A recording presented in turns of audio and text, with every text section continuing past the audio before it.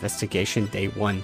Don't look at that. Don't look at that. I looked away. Don't look at whatever just happened.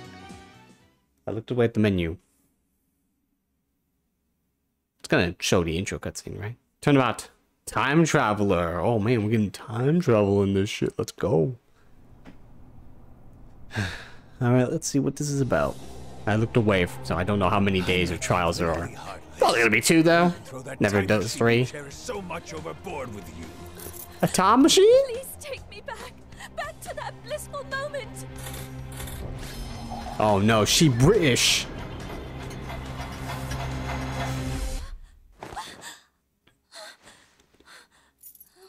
I'm sorry, you actually a fucking time traveler? What's going on here? Whoops, I did not mean to press that. It actually really worked. Sure she didn't have just a memory? A dream?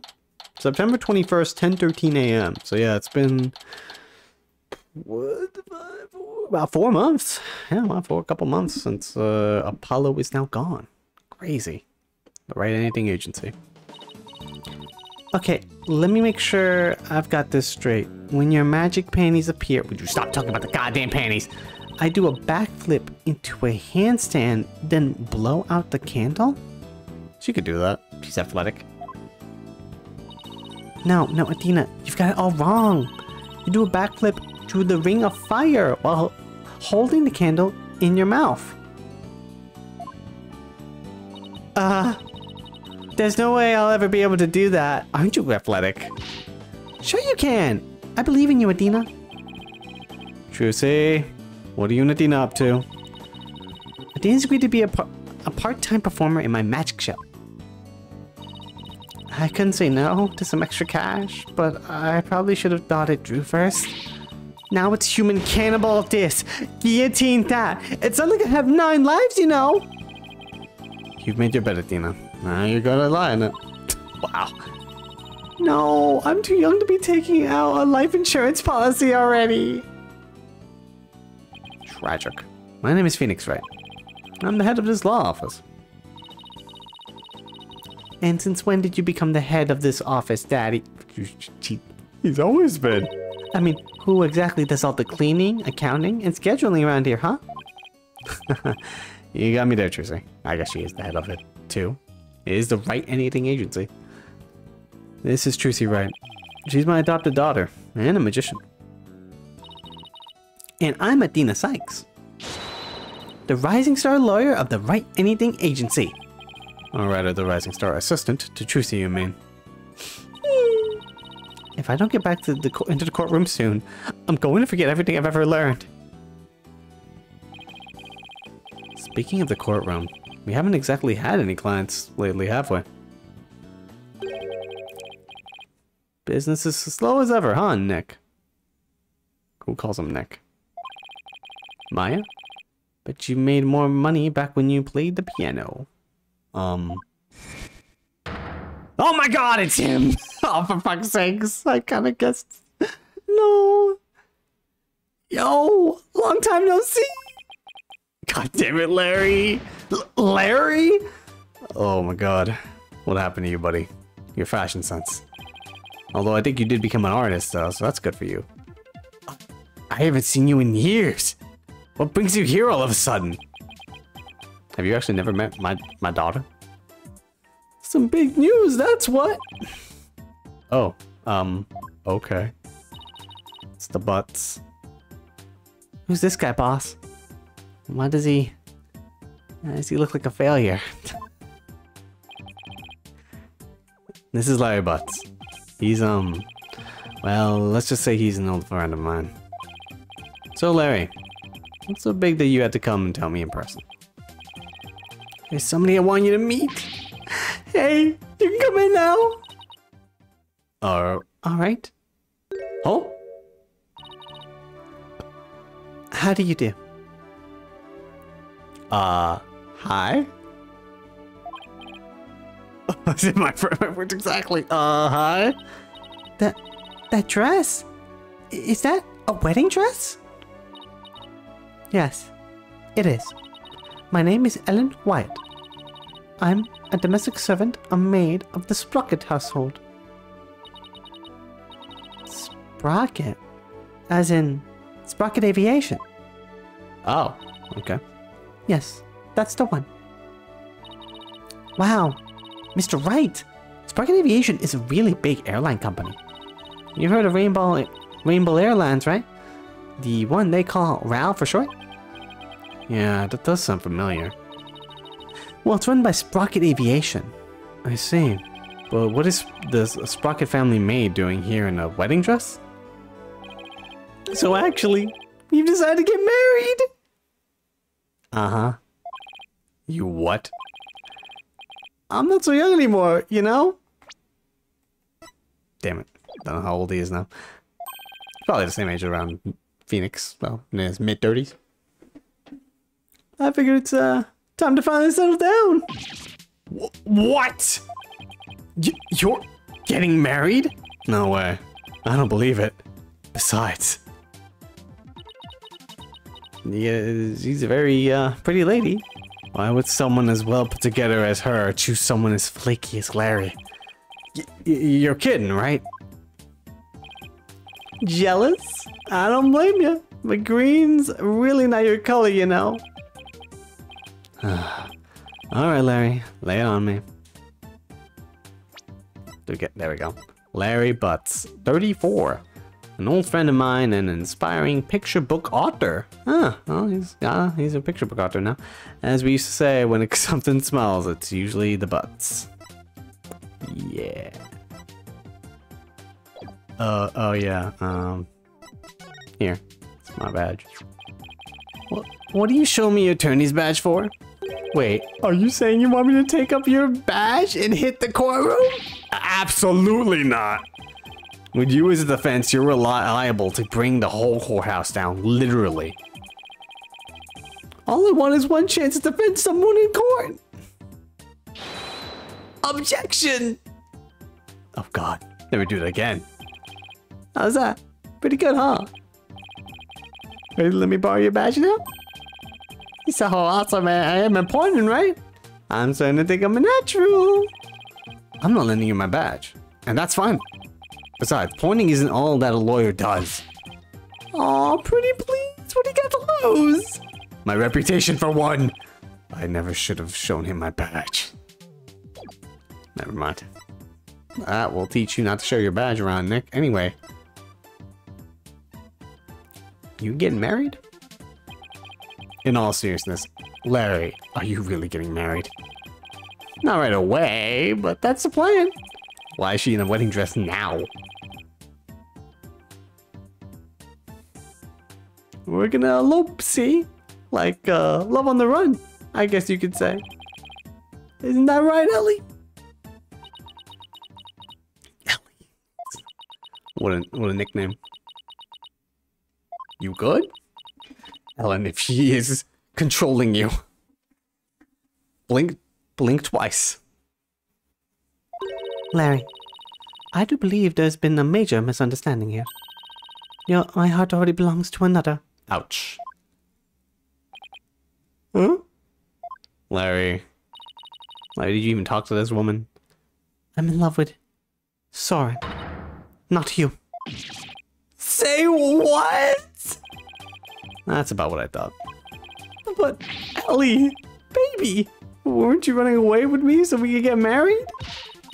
As I said, you must understand. You said you'd help me escape. That's the only reason I ran away with you.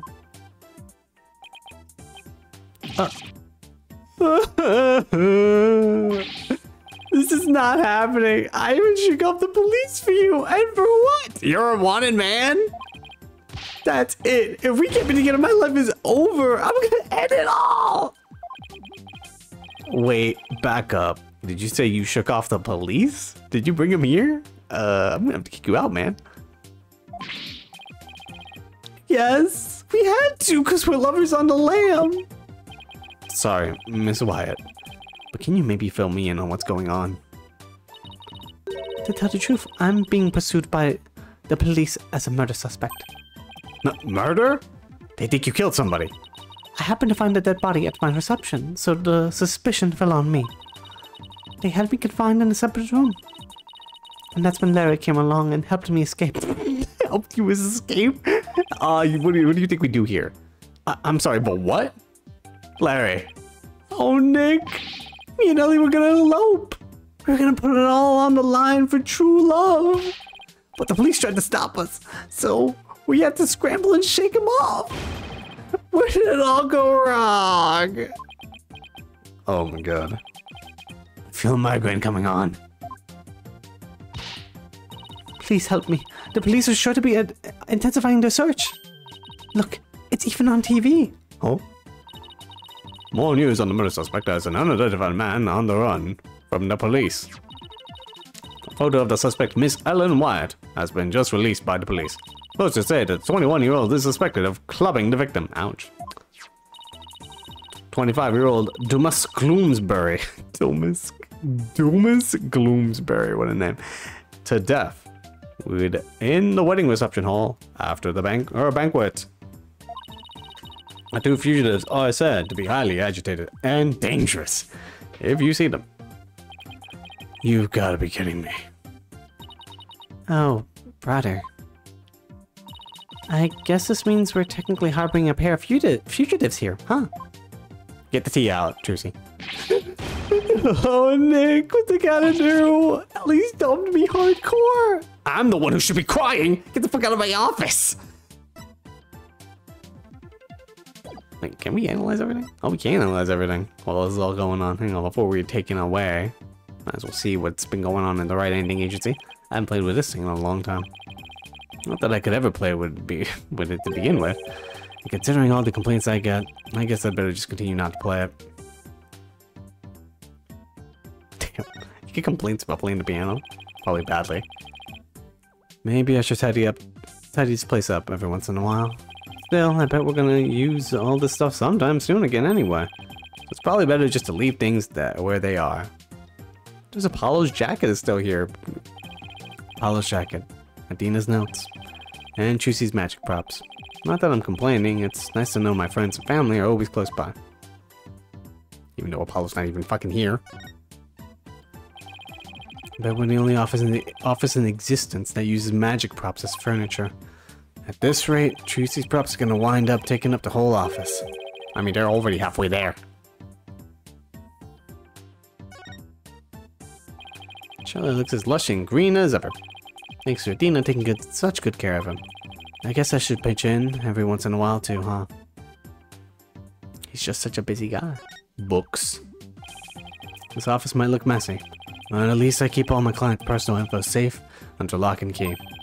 That's what a successful man does, right? Put his efforts where they count. Sure, even though those ones look like they just open to the public. Alright, Larry, let's tell us about yourself. How's it been? How have the years treated you? I haven't seen you in ages. Where have you been all this time? I mean, you don't know? You really gotta stop living under a rock and get out more. I'm the hippest, hottest picture book author in the business. Lotus Donim. I can't believe you didn't know that I'm taking the picture book world by storm. Oh, but I know you. You're the one who wrote Francie's Whippity Whip Trip, right? Right? Larry, there's such a thing called as, not making books on real people. Now that you mention it, I think I did hear something about a one-hit wonder. One-hit wonder? What the heck, Nick? I'll have you know I just created a brand new character to moderate acclaim. He's mildly popular with 18 to 24-year-old women everywhere. Look, you can see his cute self all over his jacket. What, that heart-shaped pork chop? That's a pork chop? He's not a pork chop! To be honest, oh wait, no, I could see it now. I just looked at the heart. But there's also another pattern there. It's just the heart is outlined so heavily, and the other pattern is not. There's the heart as his nose, and then there's the pork chop face behind it. Oh yeah, I guess it does look like a pork chop, yeah. He's the main character of my latest picture book. A lovable little soul pierces the hearts of lovers with his arrows of amour. Cute Piglet. Cute Piglet.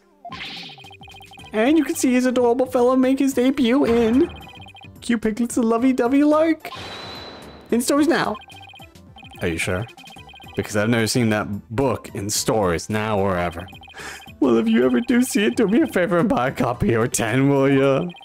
I thought you were taking the picture book world by storm. Anywho, you're definitely in court, right, buddy? Please, I'm begging you. I didn't murder anyone. I swear, I'm as clean and pure as this white dress. Pure white dress. No Cyclops. I guess that means she's telling the truth. About helping a fugitive on the run? What am I getting myself into? There's actually one more thing I really need to tell you. Oh, there's actually one more thing I really need to tell you. Oh? You might find this hard to believe. But, here we go. Time travel. The truth is, I'm a time traveler. Huh? I'm not sure I follow.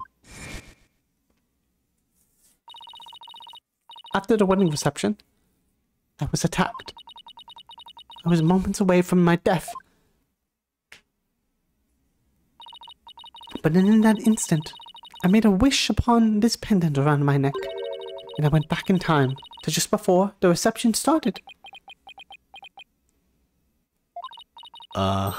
Only this time around, the man who was trying to kill me was already dead. And somehow, I became the suspect for his murder. It's as if history had been rewritten. Now wait just a minute here. I don't understand. Are you saying that... Uh-oh. It's the cops. What's going on? What do you think? They're here together. Mr. Wright, there are police cars outside. Uh-oh. And not just one or two, but a whole bunch. Oh. Whoa, whoa, whoa, whoa, whoa. How many people are here? Daddy, a whole squad of officers has the building surrounded. What? This is the police. There is no escape. Drop your weapons and come out with your hands up. Nick, what do we do? Heck if I know. I see a bunch of armed officers out there. 1, 2, 3, 44, 45. Wow, talk about overkill. Oh my god. Listen here, you criminals. Think about what you're putting your poor parents through. I'm sure this isn't how they raised you. Think about their smiling faces and their warm, home-cooked meals. What is this policeman thinking about? Who the heck are you? A detective? No, hold on here. Hey, you can't just go in there. It's 2 days. Wait. Is that Miles? Is everyone okay in here, Mr. Wright? Oh, it's Sky. Oh, hey, Sky. How's it going? Thought you would. She did say she would be coming in and out of Quran. Emma? I'm sorry for all the commotion. So, what in the world is going on? Well, I raced on over as soon as I heard that it was Mr. Butts who holed himself up in here.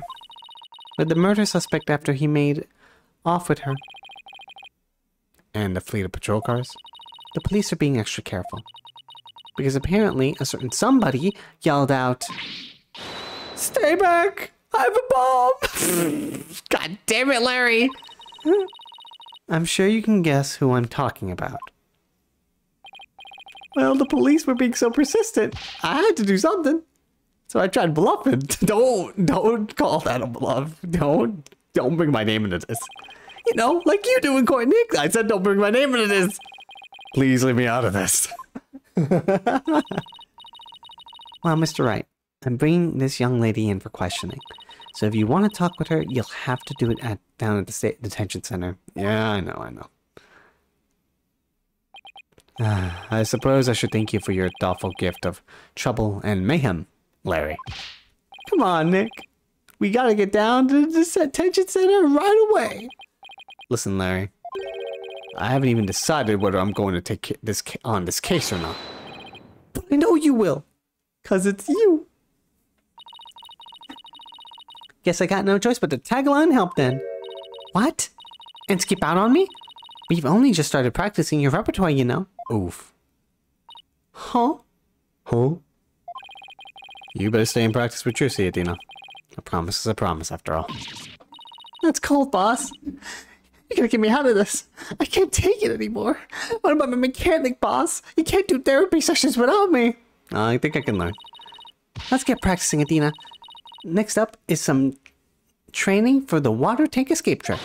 Stick your head in a bucket of water and hold your breath for 15 minutes. No! Stop! I'm begging you! She's getting away! You get back here, Dina! Oh my god. Oh, kids. I guess the only person cut out to be Trucy's assistant is Apollo. Well, guess we better get to the detention center and ask Miss Wyatt some questions. Basically about the whole time traveling business she was talking about. Okay, we examined everything, so I guess let's go on the move. It says to attempt to do magic. I don't know if Trucy knows what magic is, though. It's like, yeah, hold your breath in for 15 minutes. Yeah, I don't think that's possible. September 24th, detention center. Oh, it's you, Mr. Wright. Miss Wyatt, would you mind if I ask you a few questions? Nick is gonna defend you, Ellie. Isn't that great? Larry, I told you I haven't decided yet. What? What?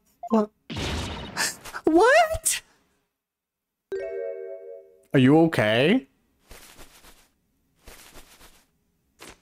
What are you... What's going... You're not going to take my case? Don't. I'm never going to be happy. Mrs. Wyatt? What the? Did I do something wrong? Look what you've done to her. You've transformed her into a chibi anime character. Miss Wyatt, please calm down. I'm innocent, I tell you. But the police won't believe me. And neither will anyone else. I'm gonna die alone in the jail cell. All right, I'll do it. I'll take your case. Just please stop crying. Oh my god. Really? You will? The fact that Larry was the one who brought you to me had me a little worried, but you don't seem like a killer to me. Maybe a little misguided, but...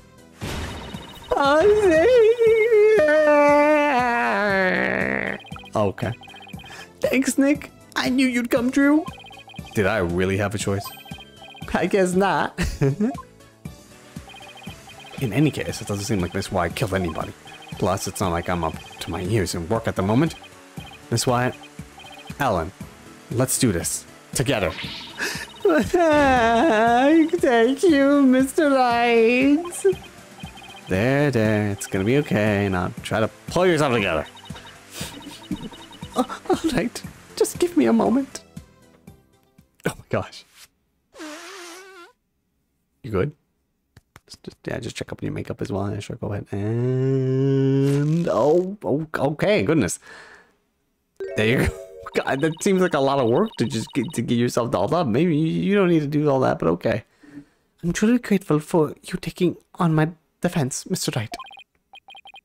Sure, no problem. Wow, she literally pulled herself together. What's with this music all of a sudden? What can you tell me about this? Oh, never mind that. What about Soren? Oh, Soren, do you suppose he hates me now? I really couldn't say. I don't even know who it is. Oh, what if he doesn't love me anymore because of all this? Whatever shall I? Oh no, she's gonna start crying again. I really don't think he hates you, Ellen. You don't? Really? Yes, really. Probably. So don't cry. You'll only cause him more heartache if you do. Yes, you're right. As a Sprocket Bride, I have to hold my head up high at all times. I better really watch what I say around Ellen. I'm gonna drink some water here.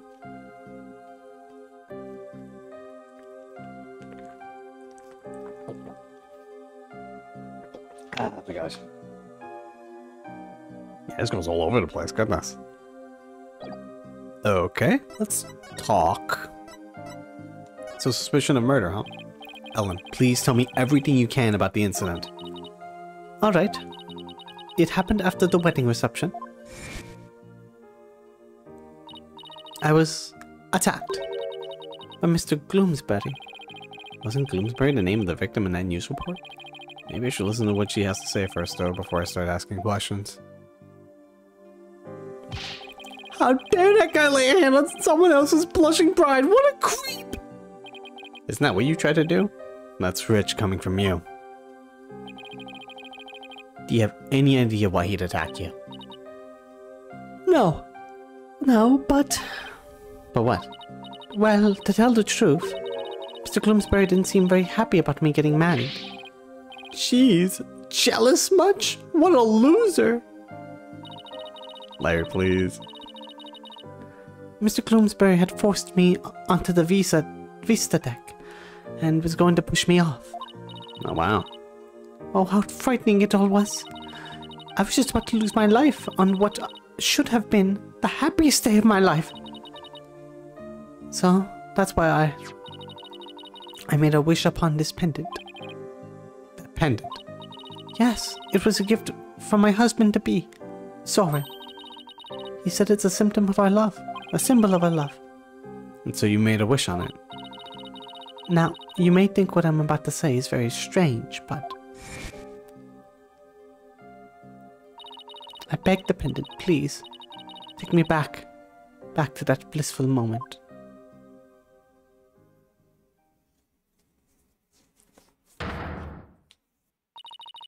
You know what? It worked. It brought me back to just before the reception started. So that's the time traveling thing you mentioned back in my office. I'm sorry, but I have to say, it's pretty unbelievable. Unbelievable? Please. I knew you'd never believe me. Nick, Ellie here is an honest-to-goodness time traveler. Don't you believe your own client?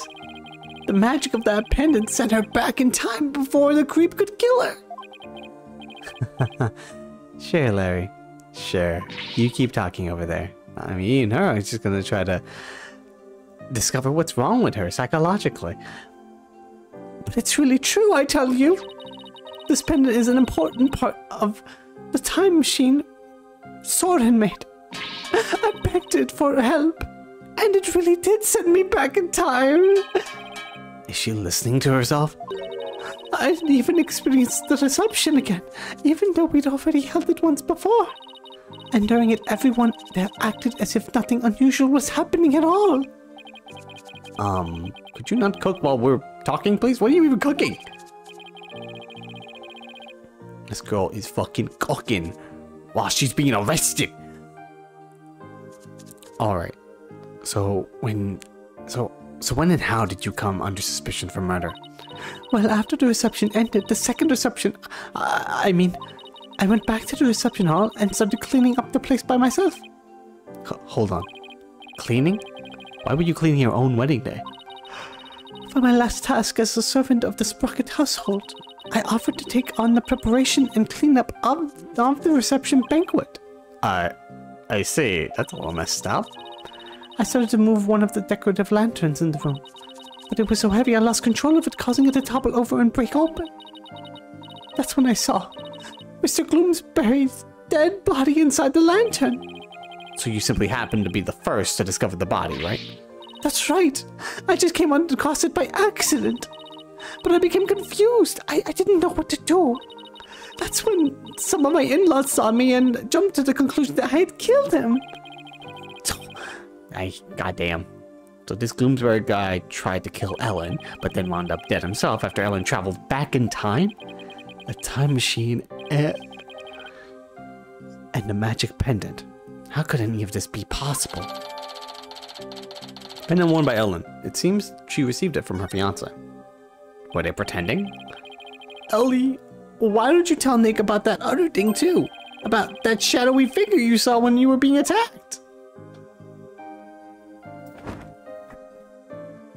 You good? There you go. Alright, good job. Yes, good idea, laddie. First, let's talk about the wedding. This is in the order here. So you and Larry were never planning on getting married, right? That's right. We've only had a few brief interactions, so I can't say I know him at all. Come on, Larry. Come on, man. Oh, Ellie. How can you say that? You and me are bound by fate. I'm telling you. It was meant to be. We were meant to be together. What? So maybe they are a lot more alike than we think. You're wrong, Larry.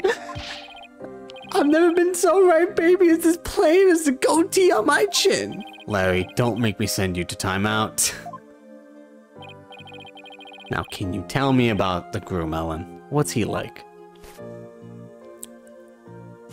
Why are you ironing things? His name is Soren Sprocket. Oh, he's the most wonderful man. He is truly my destiny. Did you say Soren Sprocket, as in the people you're made for? That's right. The next president of Sprocket Aviation. Wait, he's in line to take over the company? Huh. He's nothing but a rich, spoiled brat. I'm clearly the better choice. Clearly. Laddie, you and Soren are as different as night and day. There's no comparison. Damn. Harsh truth. Ellie, you're breaking my achy breaky heart. Please don't say that reference. So she's marrying into money, huh? I can't believe Soren chose me. A simple house servant. He's my knight in shining armor. My prince.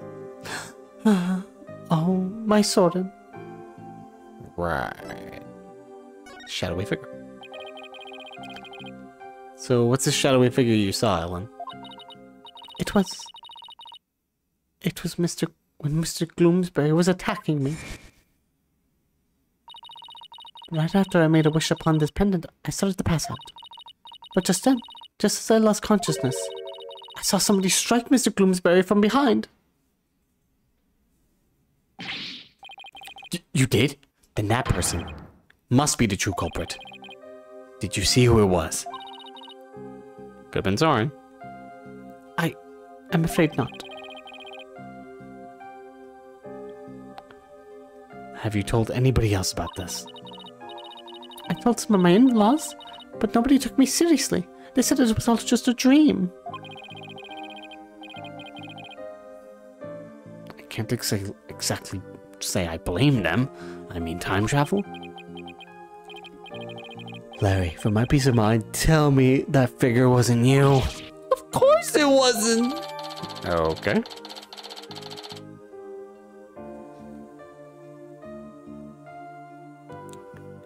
Ellen saw a suspicious third party on the Vista deck when she was being attacked by Gloomsbury.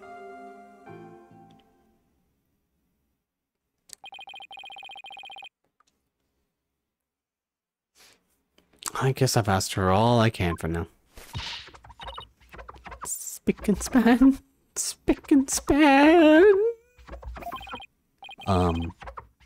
Ellen? What are you doing? I want to make everything clean and beautiful for when Soren comes. You can't have my future I can't have my future hubby coming into a dirty room now, can I? It has to be spotless, just like this white dress. Spick and span. Spick and span. Let's hope we can all wipe away all suspicion from you soon, too. Nick, we'd better get to the crime scene right away. What, you're coming too? Of course I am. If I solve the crime and reveal the true killer with my super sleuthing skills, Ellie might change her mind about me, you know? You never get the message, do you, Larry? Next up, the mooring dock in Sprocket Park. Come on, Nick, let's go. All right, I guess it's time to do that. Morning dock. So hang on. Switch this.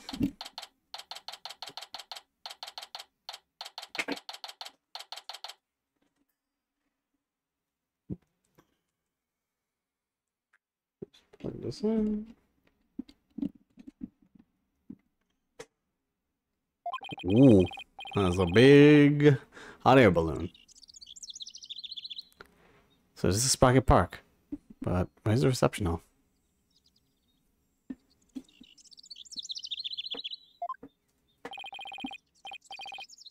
Oh, the reception hall. That's wow. Looky there. What is it? I just spotted me a cute mamacita. Going up, Nick. Hold on. Where's the reception hall? Sorry, Nick. A man's gotta stop and smell the roses when they appear. I'm an artist after all. Oh, miss. You. Ah. I thought he was gonna take me to the crime scene. Oh, well. I'm sure he'll come slinking back when he inevitably gets rejected. I'll just take a quick look around till then. Well, it could be up there. The Flying Chapel. Wow, that airship is huge. Oops, didn't mean to say that out loud. Only ever seen airships like this and up in the sky. And I've got to say, they're mighty impressive when you can see them up close like this. What the hell happened here? Wow, this thing's really banged up. You're looking at the sign? They say it got damaged by heavy winds yesterday. A big gust sent the bench flying into it. Well, that's what they're saying anyway. I see. Wind? The wind caused that? Well, like a tornado. The repair guy was saying, don't touch. It's dangerous. I see. Thanks for the heads up. Poor guy. Looks like it was a lot of work. Oh, you're back. Hey, sorry about that. I actually thought you'd be back sooner. Didn't work out, huh? Lay off, man. I wasn't on my game today. So now that you're done, you mind telling me where the reception hall is already? What do you mean? It's right in front of you. Huh? Huh? Right in front of... Wait. What's that say? Flying Chapel? Yep. You mean to tell me? Yep. Ellie's reception was on that airship. Whoa, a sky-high reception hall? Yep, and that's where you'll find a crime scene. Man, not only does that airship fly through the sky, but the space-time continuum too. The happy couple's honeymoon got left far behind when they made that time skip, though. Here, check the airship out for yourself with this pamphlet. Pamphlet for the Flying Chapel. It includes a brief introduction of diagrams and its layout. Ah, there we go. By the way, I figured you could use some backup, so I called in some help for you. Oh? Just calling Maya. Trucy's over doing everything. Pearl. Let's see. There's the elevator. There's a lift. There's a cabin. There's a hole. There's the hall. What am I looking at here? It says an elevator, and there's like a... I guess it goes... No, wait, no, I can see it now. Alright, hang on. Because the cabin's down there, and you go into the elevator at that. But then there's also a lift. What the heck does a lift mean? Is it a lift for, like, Is it different from an elevator? I'm not sure. There's a Pega Cow lantern and a Pega Bull lantern. The sweetheart table. This must be the hall. Yeah. There's the Vista deck. I assume it's up there. Flying Chapel pamphlet. Love is always in the air on the Flying Chapel. The only wedding venue sure to make your dreams take flight. After the ceremony, out on the Vista deck, Sprocket Aviation's majestic Pegamoo mascots will light up the happy couple on both sides of the sweetheart table. Cool, cool. I don't know, I don't want to get married on a flying airship. It seems very gimmicky. Or something turbulent. Or your ears pop all the time when you're in the air. So, who'd you call, man? You did? Yep. Should be here any minute now.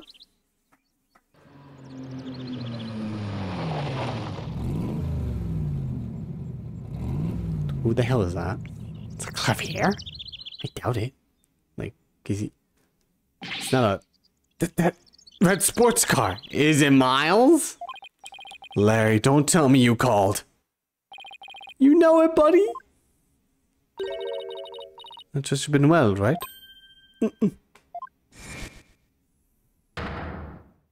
What the?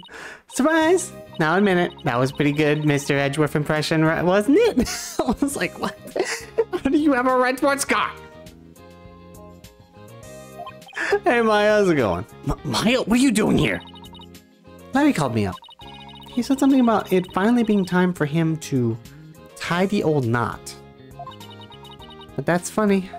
I'm pretty sure he mentioned something about being here with his bride. Larry, come on, man. Maya, I know this is sudden, but please marry me. I'm leaving. She just leaves, gets in the car and drives away, and I do not blame her. Nick? What the fuck is Larry talking about?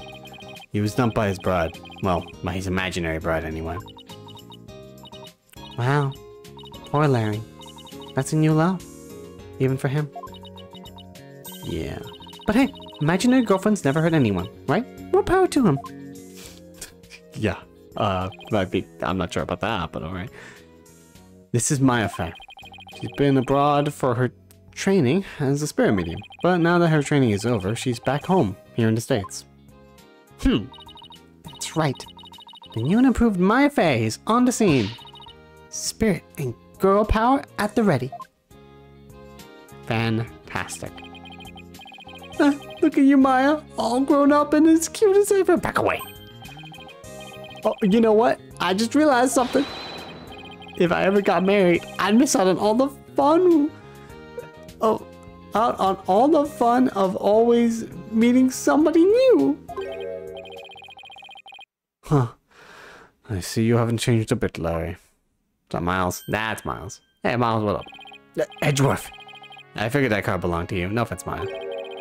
But when did you become Maya's chauffeur? It's nothing like that. I just happened to run into her en route and picked her up. Thanks for that.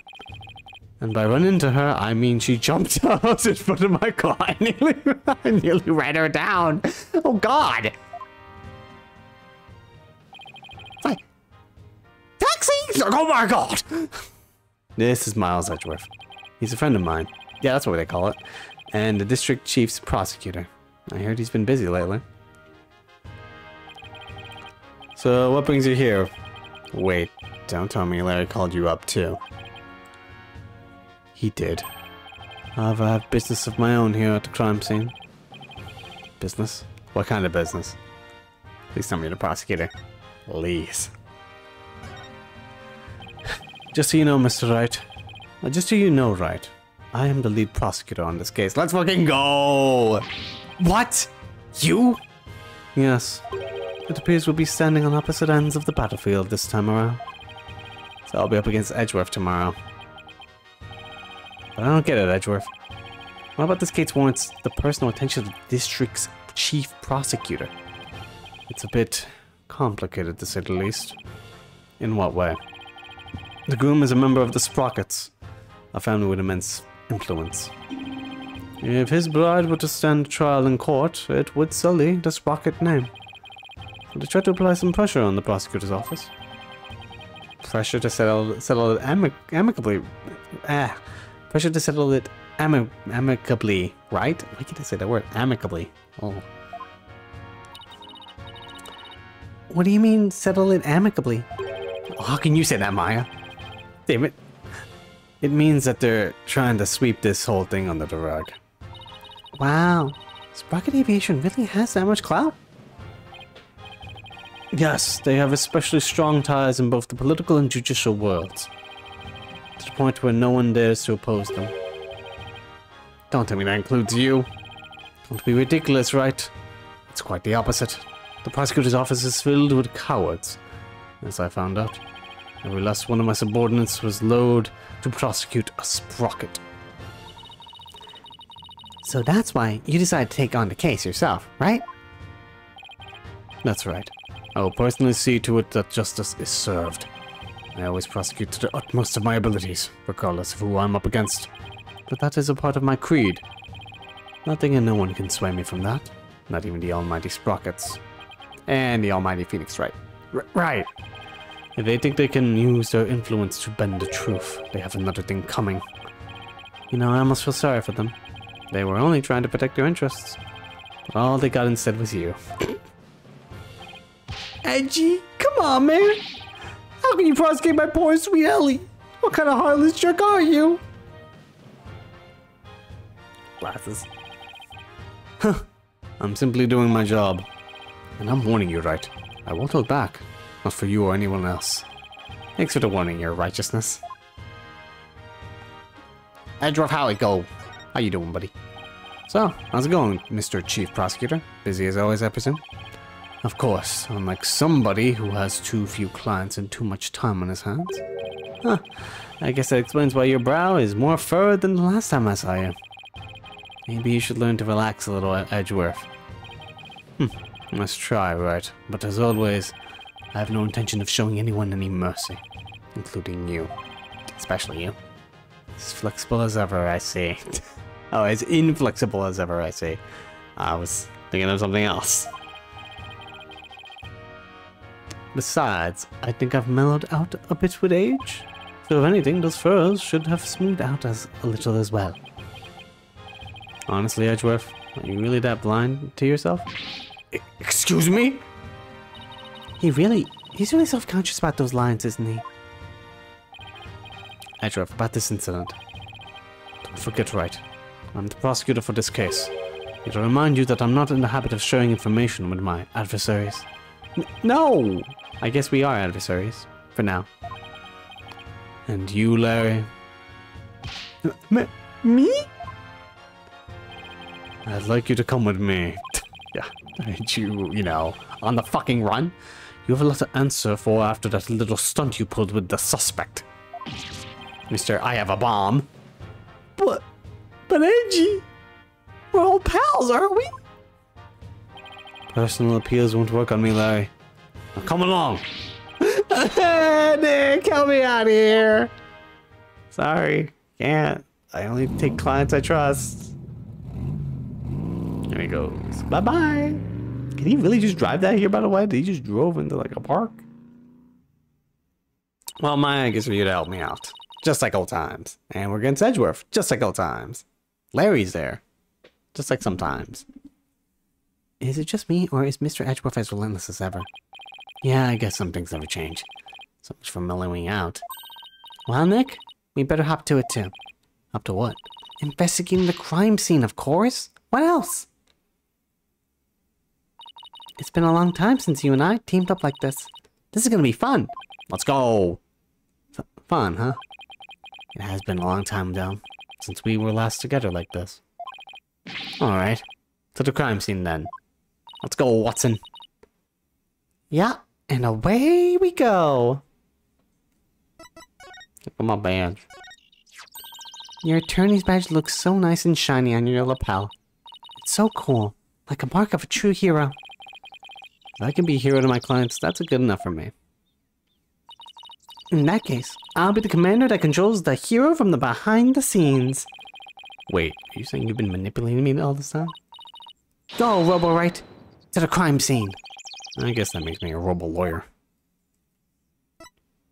Yeah, you believe in this pendant that time travels? Whoa, what a beautiful pendant! It belongs to Ellen. I love its design of a gear with a rose in the center. That is a rose, huh? I didn't even think about that. I wonder if it has any special meaning.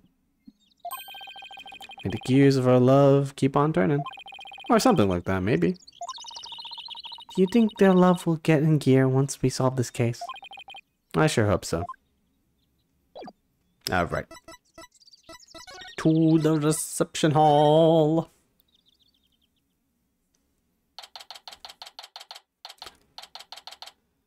Flying Chapel Reception Hall. Alright. So this is the reception hall. According to the pamphlet, look at this. We're right here. In the hall. We took the elevator to get here. Yikes. We're pretty high up. Well, at least we're indoors, so it doesn't seem so bad. Oh, look, Nick. It's Emma. Hey, Emma. Over here. What up, Emma? Mr. Wright. Maya. Does this mean you've taken the case? Yep, that's how things turned out. So do you mind if we take a look around? Be my guest. We have pretty much wrapped up our investigation, so go right ahead. That's a good chance to find out more about the case from Emma, too. Look at my badge. Is there something I can do to help you with that? Actually, I was hoping you would help me move my investigation along. Sorry, but that's not gonna do much for you here, I'm afraid. That's too bad. Aw, don't look so glum. You have to keep a positive outlook. Why don't you take a break with something sweet? I highly recommend snack juice myself. You want some? No thanks. I appreciate the offer, though. Suit yourself. You don't know what you're missing. What are those, like, chocolate covered or anything? Do you believe in time travel, Emma? Oh, no. She just says the same thing for all of them. Sad face. What happened? Mr. Edgeworth wouldn't tell us anything about the case, so do you think he could give us a rundown? Well, seeing as he's gonna be prosecuting, I'd expect him to be tight-lipped about it. The incident occurred yesterday, on September 20th. It happened after the wedding reception, which lasts from 7 to 10 p.m. 7 to 10 p.m., huh? Got it. By the way, I didn't hear anything about, any, time traveling or anything, did you? Time traveling? What do you mean? Oh, nothing. Forget it. That's pretty much the response I expected. The victim's name is Dumas Gloomsbury. He's a servant in the Sprocket family household. He's a servant as well. Ellen was a maid for that family as well, so that means the two of them were co-workers? Yes, they apparently knew each other. Mr. Gloomsbury was the lead servant after all. Oh. He was very serious about his work, but he was also very closed and private man. So the other servants called him Mr. Doom and Gloom behind his back. Yeah, I can expect that, huh? If he was the lead servant, he must have been higher ranked than Ellen. What makes the police think Ellen killed this man? A guy who was essentially her boss. We don't know the defendant's motive yet, but the circumstances surrounding the discovery of the body don't bode well for her. And what circumstances are these exactly? Well, some of her in-laws saw that what looked like the immediate aftermath of the murder. What? The suspect was standing in front of the body with the murder weapon still in her hands. Why did she grab the murder weapon? But why would a bride who's just about to start a happy life kill someone? Do the police have an explanation for that? Yeah, about that. They believe the victim attacked the suspect and was killed when she fought back. Well, why did he attack her to begin with? Well, a mere servant girl was going to be suddenly be the wife of a future president. Mr. Gloomsbury must have been more than just a little jealous of her. So this Mr. Doom and Gloom attacked Ellen first. But if she was only trying to protect herself, wouldn't that count as justified self-defense on her part, Mr. Nick? It would. There's a good chance she'd be acquitted if we could prove that, but I wonder what Edgeworth will have up his sleeve to counter that claim. But wow! A servant girl marrying the future president of such a huge company! It sounds like a modern-day fairy tale. It does, doesn't it? Thing is, not everyone is on board with their union, apparently. What's the weapon? So what was the murder weapon, Emma? This clock with a secret mechanism built into it. It was on display here in the reception hall. The suspect was holding it when the murder was discovered. So the victim was clubbed to death with this, huh? But that's funny. There's no blood on it as far as I can tell. Maybe it was wiped off in an attempt to tamper with the evidence. But there was definitely a luminol reaction. And it matches up with the shape of the injury, so it's gotta be the murder weapon. What a funny looking clock. They call it the timekeeper. The idea is that it's a time machine. Every time the couple sees it, it'll bring them back to the memory of their wedding day. I'm sorry? I'm sorry? What? The idea is that it's a time machine. What do you... A time machine, huh? Come to think of it. Ellen said her pendant was part of a time machine. I know how that secret mechanism in this thing works. Timekeeper added to the court record. I know that we do magic and, well, that's mostly sleight of hand, and, spirits and all that, but, like, we gonna introduce time travel here? Star-crossed marriage. I doubt it. There's probably some trick to it, right? I suspect the suspect never had any family or relatives to depend on, so she was working as a live-in maid for the Sprocket family to support herself.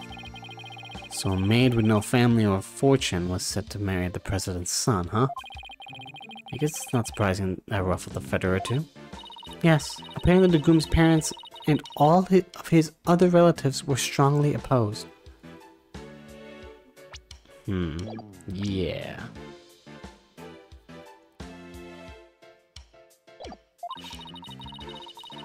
But that didn't stop the young couple from deciding to go ahead with their wedding. Love flourishes in the face of adversity. Oh, is that how it works? Yep. If you ever have any questions about love, just ask me. I'm a qualified expert. I spend all my spare time in Korean watching soap operas on TV. What about going on dates? I'm not sure that's enough to make you qualified. You are qualified anything, Maya.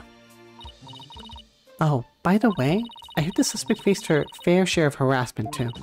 And from the sound of it, it got pretty ugly for her. So even though this incident could cause a huge scandal for the company, it might be a boon for those who oppose their marriage to begin with. After all, with Ellen's arrest and everything, the marriage is most definitely off now. Okay. Time to examine the crime scene.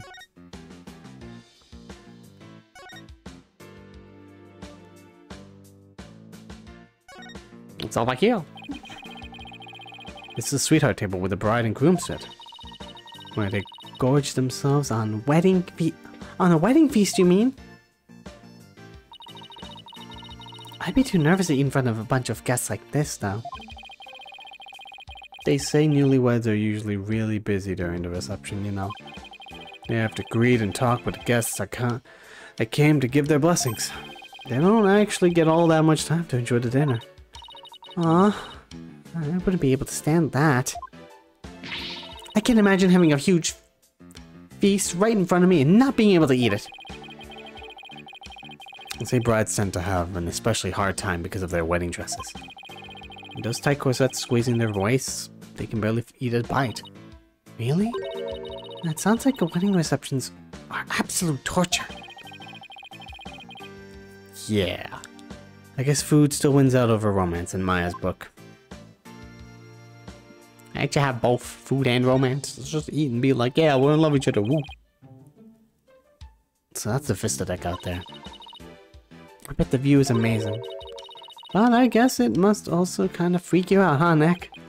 Yeah, kind of. Also because there's no surviving a fall from way up here. Calm down. You'll be fine. What's in here? This must be where the time machine was placed. I can't believe that the beautiful memento was used for murder. It's just awful. Nick, we have to prove Ellen's innocence no matter what it takes. I agree. We can't let this go down as the saddest flying wedding reception in history. I think that about does it for this area. What the hell is that? Wow, look at the horns on this flying bovine. It must be a bull. Seems he made it through the ceremony in one piece. Look at those wheels. I bet he can be rolled around rather easily too. That's mine. Oh, that's mine. Yeah, I bet it would be quite a hassle if you had to lift and carry him everywhere. And this is what the backside looks like. What's at the bottom of this tail? A wheel handle? Oh, I get it. This way they can get inside and change the light bulbs. I see. They left the wheel handle on the inside unpainted. I guess I figured nobody will see it. So why bother? Makes sense to cut costs where you can find. You can. Makes sense to Nick. Well, overall, I can't say I see anything strange about this thing.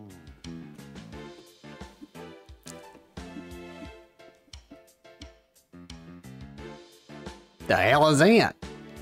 Oh, it's like a balloon just sort of toppling over? It's a hot air balloon, a symbol of humanity's ambition to take to the skies. Kind of a romantic notion, don't you think? Yeah. I just noticed that it doesn't seem to be tied up to the ceiling all that well. I'm sure it's fine. Please don't let it fly on my head. That's a flying machine of some sort. A model airplane.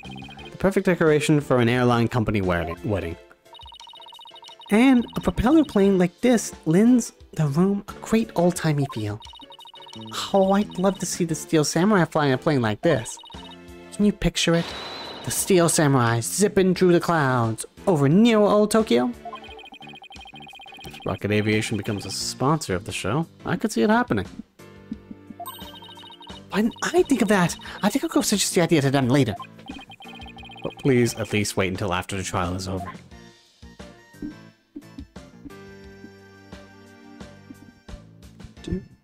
Oh, tangled up my wires here. Hang on. What the hell?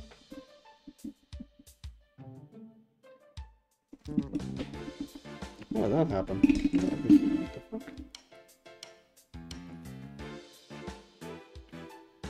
Sorry about that. Okay. Oh, we can move it around. Okay, let's see. What else we got? The flowers? The tables? Got this. Whatever the fuck it is. A pressure container? It's a fog machine? That's one big ass fog machine. It's a fog machine. I wonder if they used it during the reception. Oh! Hey, Nick! Go stand over there for a sec. What? Just because, now go! Alright. I've got a bad feeling about this.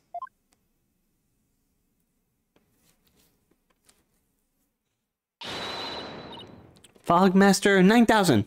On! Maya, no! Huh? Nothing happened. Are you gonna put fog in my face? Looks like it won't work without some dry ice. Darn it. All I wanted to do was surround you with some thick cloud of smoke. Device that utilizes dry ice to emit a large amount of thick fog-like vapor.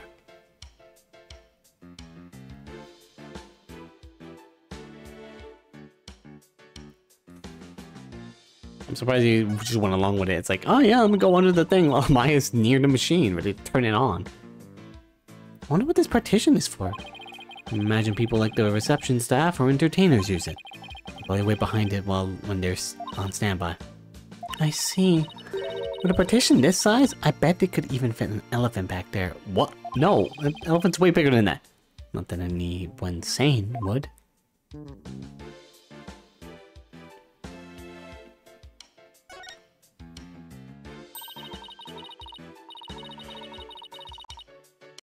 Okay, I was hoping I could finish this before vacation, but that's not gonna be the case. I'll be close though. Be done. Alright. Get a load of that huge set of doors. I bet all sorts of things come and go through there. Like an elephant. What's wrong with you? What's with you and elephants today? I'm pretty sure it's just a bride and groom. This is a banquet hall, not a circus. Don't remind me of the circus again, Maya. I don't want to go back there. That was not a good time. Not a partition. That's one big partition screen. Industrial size even. And it's not for an elephant. I bet it'd cause an industrial-sized mess if it fell over. And that's why you're not allowed to touch it, Maya.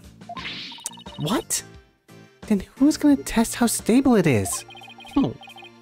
Just leave it alone, please. That's just she's same old Maya. Glad that she's the same old Maya. Yep, yep.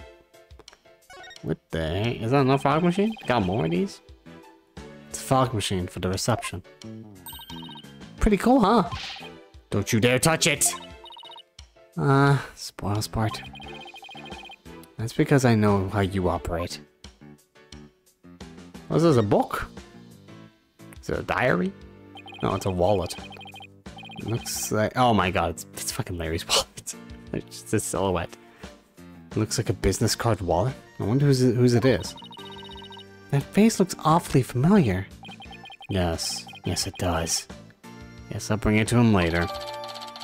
A business card holder with a peculiarly yet suspiciously familiar imprint in the center.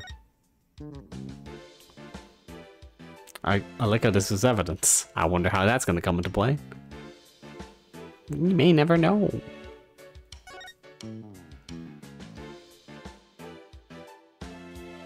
Let's see. Oh, what is that? No, I thought we already clicked this thing. Oh, there he died. He was dead in there, I guess. This must be the lantern the body was found in. No one managed to move it quite a ways. Looks like a cow, but it's pretty badly broken. Not a cow, Nick. That's a Pegasus. The flying horse. No way. Definitely a cow. It's got horns and everything. But look, it has wings. Cows don't have wings. So it's a Pegasus, I tell you. Oh, I know. That pamphlet should tell us. Okay. Let's see. Apparently it's called a Pegamoo. I did not see that coming. Yeah, somehow the name really captures the essence of what this creature is, you know? Huh? That's strange. What is? Well, this Pegamoo is definitely a male Pegable, right?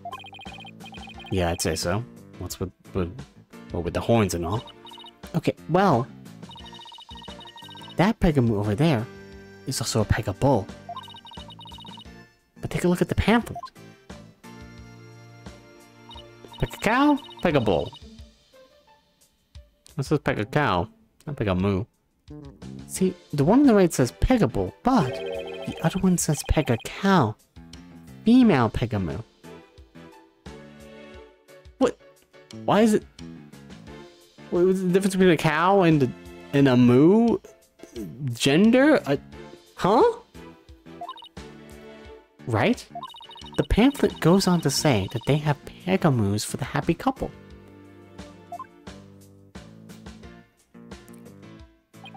So Ellen's ceremony, there should have been a male and female pair of pegamoos.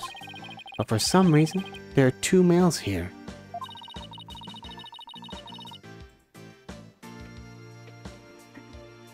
Well, you know, maybe somebody made a mistake when they were setting up the room.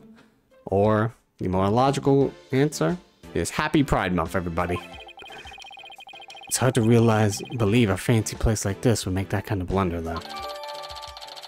Happy Pride Month to these, Pega creatures. The Pegable lantern in which the victim's body was found. So Pegable and a Pega other bull. In any case, we better check this thing out. Probably was swapped with something, which will be very important later on. So this is where the body was found. And the first person to find it was Ellen. Emma, what can you tell me about the condition of the body it was in when it was found? Let's see. The victim was apparently hit on the back of the head. Here's a photo of the scene as we found it.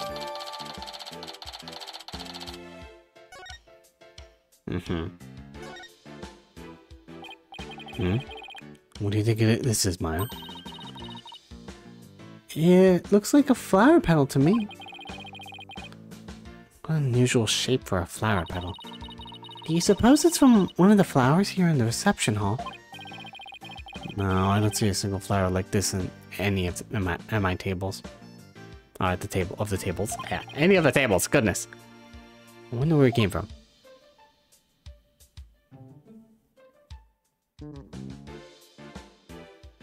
The note. Hey, what's this? Grab Ellen when convenient, then send her off from the Vista deck. Oh, let me take a look. Grab Ellen when convenient, then send her off from the Vista deck. Looks like a note outlining the murder plot. Is it though? It's not specifically saying to kill her. No, wait, then send her off, I guess would be to throw her, but... Off could be away from the Vista deck, just back inside, somehow. Whoever wrote this letter has better handwriting than me, but it looks like they wrote it in a rush. And why do you say that? Because writing is only smudged, starting from the middle of each line. Why, you know that? That happens when a right-handed person with a slight hook writes in a hurry. I do it sometimes myself when I'm not paying attention to where my hand is on the page. Huh. Oh, alright then. Guess they were in a rush. Huh? Good job. Guess I'll take your word on that, Miss Bad Handwriting Expert. Hey! Even I don't smudge my handwriting this badly. Alright. Let's get back to the note. That note was apparently written by the victim. Well, why would he feel the need to write instructions to himself like this? Are you sure the victim wrote it? I sometimes write a note to myself before I go shopping. Potatoes, carrots, onions, flour. Murder a person. Go to Pilates at 8. Maya? Are you craving curry rice or something? Whoops! So, Emma, where's this Vista deck the note mentions? That's the heliport you see right outside the window over there. We gotta go out there. So we planned on pushing Ellen off from there. What a monster.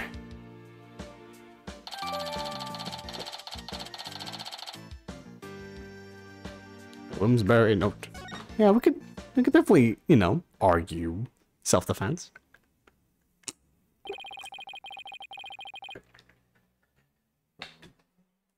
Well, she probably didn't do it, but still, we could do that.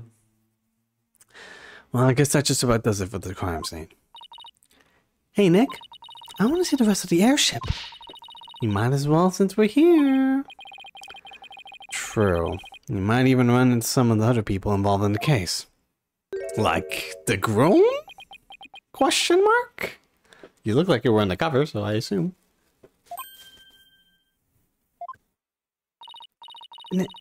Nick, how long has that guy been standing there? I didn't even notice him until just now. Excuse me, are you with Sprocket Aviation? It's a fancy lad. Fancy anime lad with glasses.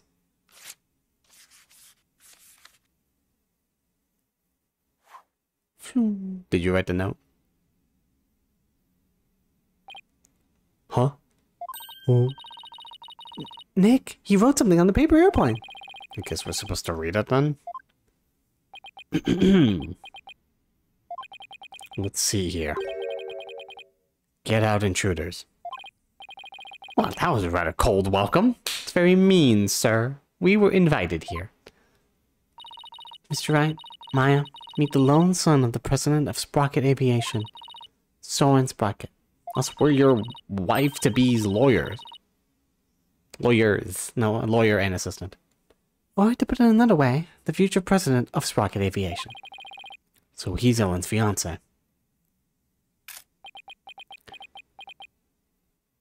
I don't know why it just took me until now to realize that his name's Soren. Like he's Soren Sprocket. Oh, there he goes. Maybe I need to see him in this environment with all the airplanes. He's kind of eccentric. Yeah, that's what I'll call it. I hear he's the genius inventor behind many of the Sprocket Aviation's business successes. An inventor, huh? Yep, he even designed this airship. Well, that's pretty impressive. Nick, this is no time to be standing around gawking. We have to go after him. We need to ask him some questions about Ellen. He left? I thought he was just standing there. Hello, Verde. I'm sorry I didn't see you there. Yes, anime lad with glasses. That is indeed this man. Have you ever played this DLC case? Actually, this is the DLC case. We finished the 5th case. Oh, right. Looked like he was heading outside. Probably like 10 years ago, but whatever. Ah, okay. Let's go meet the man.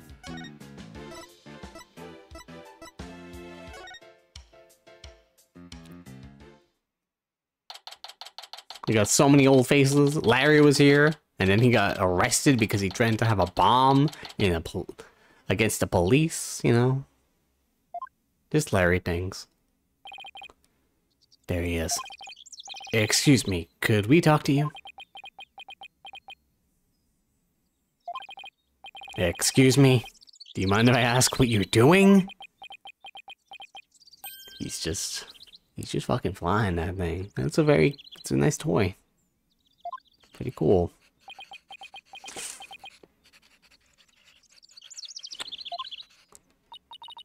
He sure is running up a storm. It is possible. If an enormous, then theoretically, matter can retain as across the event horizon. Let's just see what he has to say about Ellen. What do you say? Hang on.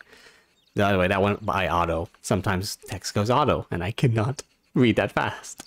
It is possible if an enormous change in mass could be detected in the observation point there, and theoretically matter can retain its even as it crosses the event horizon. Yeah, okay. Yo, we're your fiance's lawyer. Excuse me, but we'll be representing Ellen in court tomorrow. So could we ask you about the case?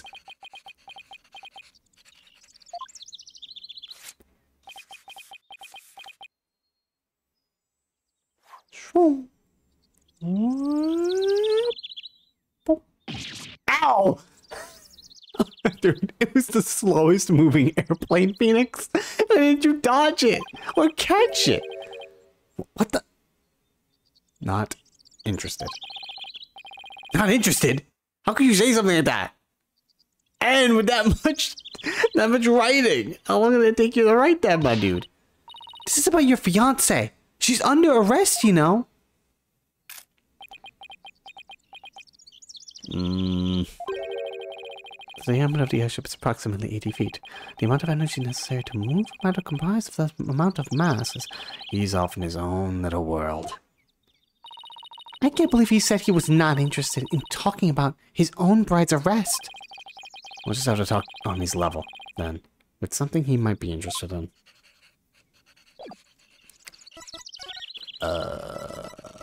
What was this timekeeper about? What do you show me that for? This thing apparently can take you back in time, is what you said. It's just Sprocket. I can't read him at all. Not even when an item is loaded in sentiments as this.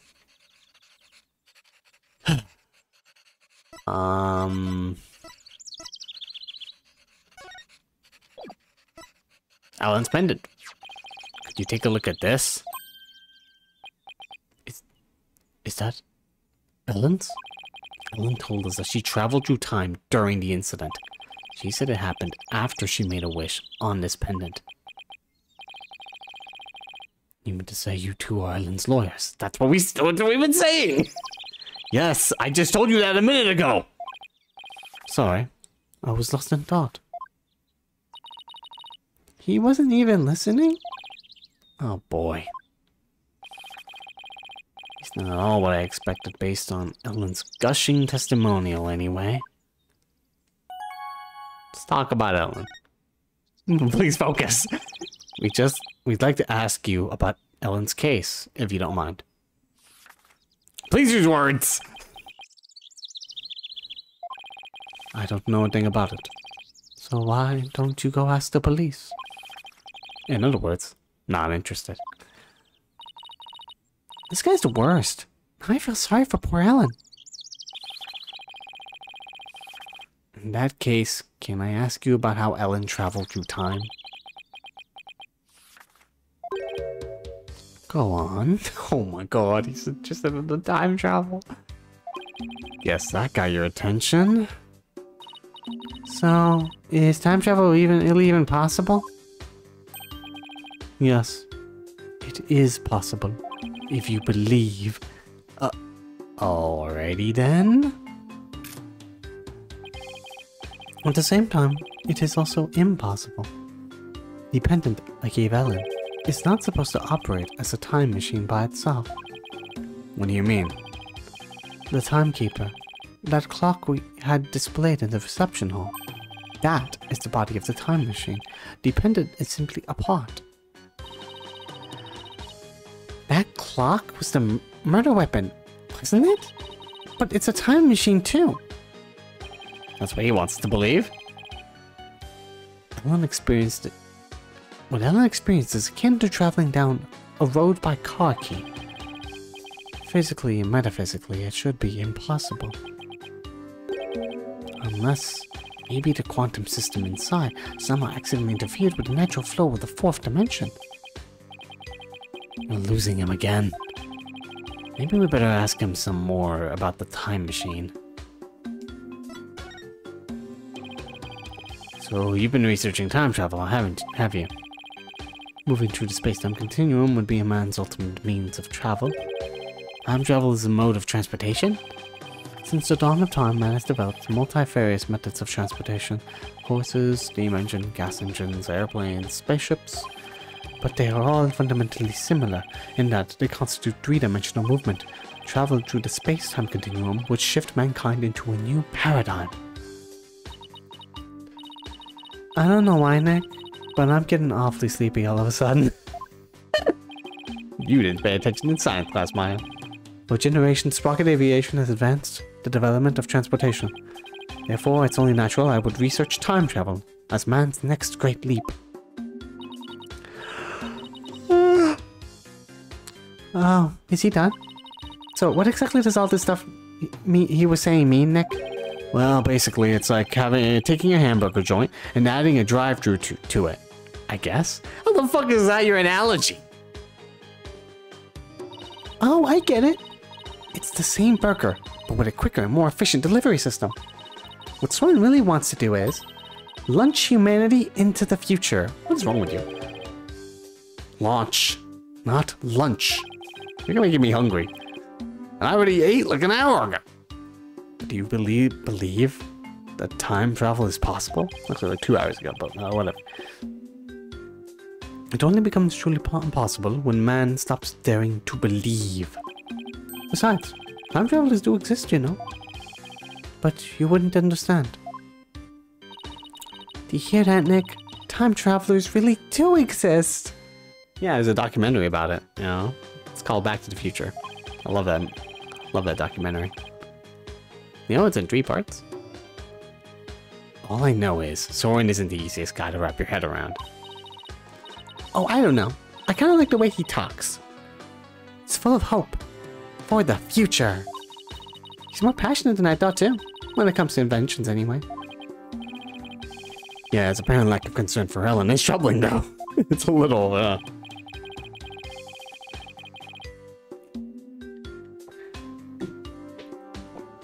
So I hear that the rest of the Sprocket family was opposed to your marriage. What are your thoughts on that? And he's lost interest. Master Soren? Who the hell is this? What's with the armor pad? This guy looks like a fucking Trails in the Sky character. It is time for the meeting on next term's project. Also, because Ellen was British in the anime cutscene, I'm just giving him all faux British accents right now. What is this? Daydreaming about your inventions again?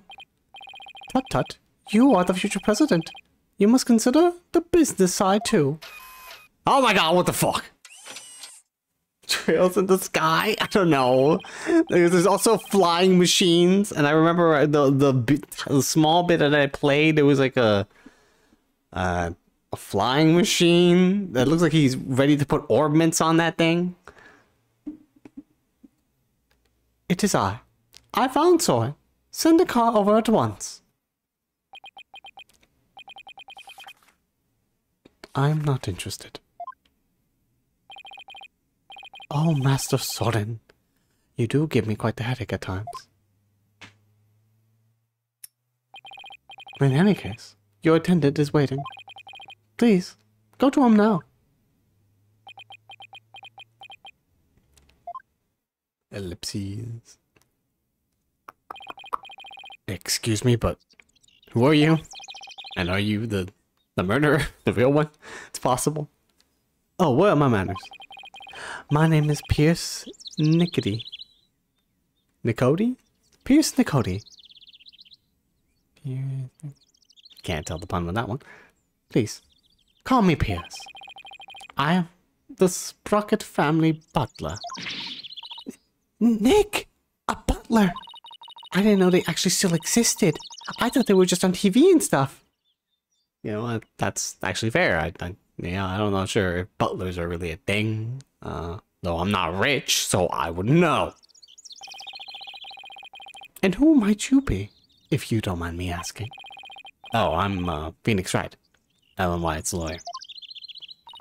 And I'm his assistant, Maya Fey. I'm a spirit medium. Oh, so it is you. I'm most grateful for you taking on Miss Ellen's defense. You have my sincerest thanks. Don't mention it. So hey, someone saying, oh, one moment, please. Speaking of the case, one moment, please.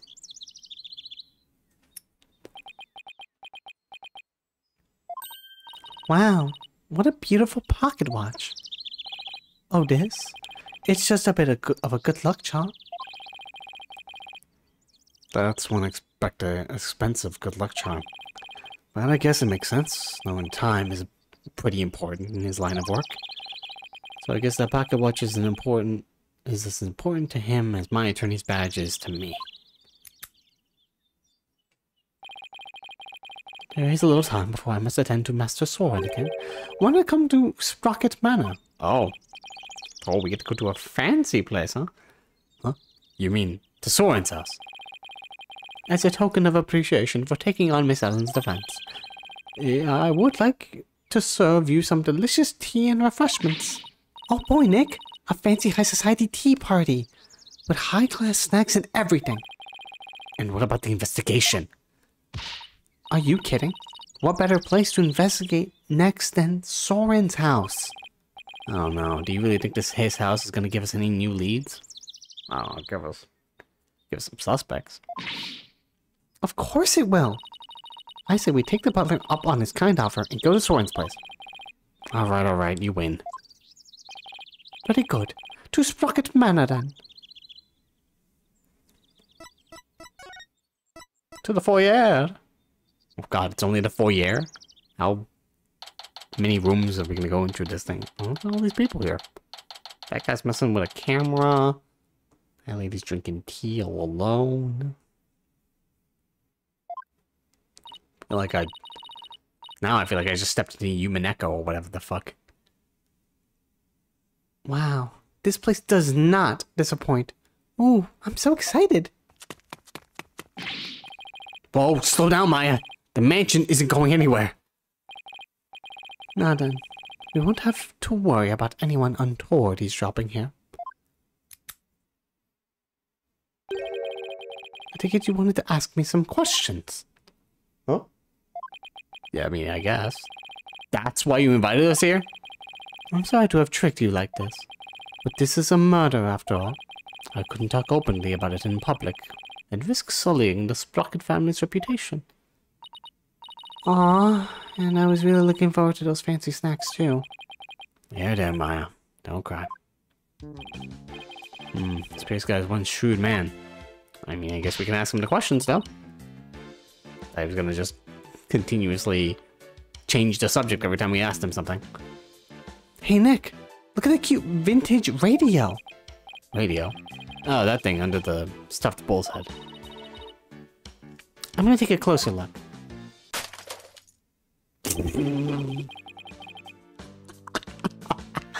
It's like, I'm gonna take a closer look. Just breaks it. Maya, come on. I thought I told you to settle down. I'm sorry. Not to worry. Whoa, what the fuck? Hey, do you know Aura Blackwell? I think you two would get along swimmingly. And if you turn out to be the murderer, then you can, you know, visit her. In jail, maybe. You know, I don't know if there's like co-ed prisons. Probably aren't, but you know, you could maybe visit. Wow, that little mech fixed it right up. You two would have a lot in common. I'm not the only the butler, but I'm also Sprocket Aviation's repair department director. You have a lot. They give you a big role, huh? One might say that patching things up is my specialty. That was incredible. What is that little doohickey on your shoulder anyway?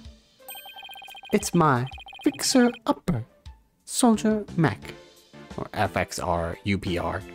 I'm just gonna say fixer-upper. Master Soren made it for me. There's so many features and functions to effectively enumerate at the moment, though.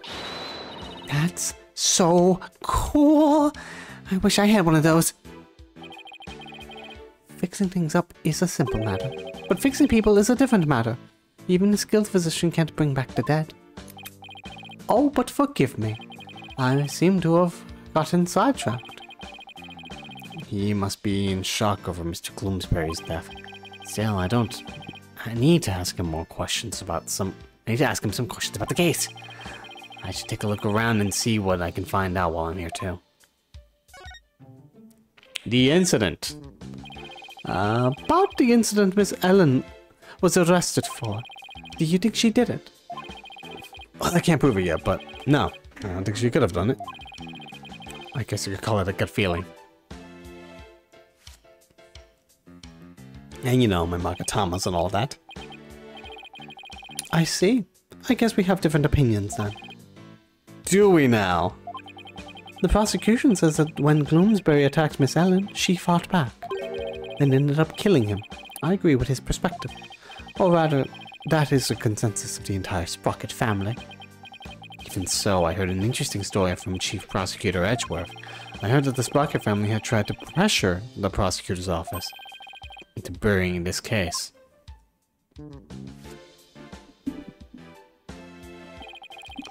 I fear you are mistaken. All we sought was merely a legal consultation. Besides, none of it matters now, as she is no longer a part of the family.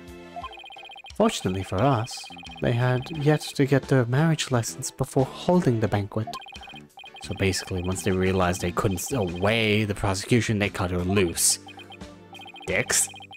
I realize how callous I must sound, but my duty is to protect the Sprocket family, and more specifically, Sprocket Aviation's future and Master Soren, whose genius is essential to the economy. I will do anything to achieve that goal. That is my job as the Sprocket family butler. You know, I think Pierce and Mr. Edgeworth would get along really well, don't you think? Yeah, I could easily picture Edgeworth with a butler. Oh my gosh. Oh, and by the way, I suppose I should tell you about this as well. It's about when the members of the extended family and I discovered the crime. Yeah, when did you do that? It was something after the reception. Some of the master's relatives and I went to clean up the reception hall, and that is when we saw it. A woman standing in front of the victim, with the bloody murder weapon in her hand.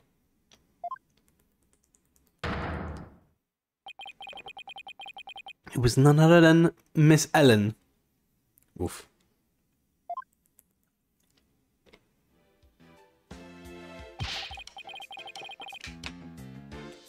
Pierce, it wasn't what it looked like.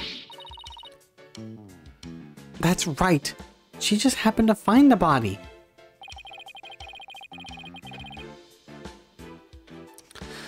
I do not know what Miss Ellen has told you, but what we witnessed was unmistakably the moment immediately after the deed had been committed. And that is what I told the police who came in to response to my call.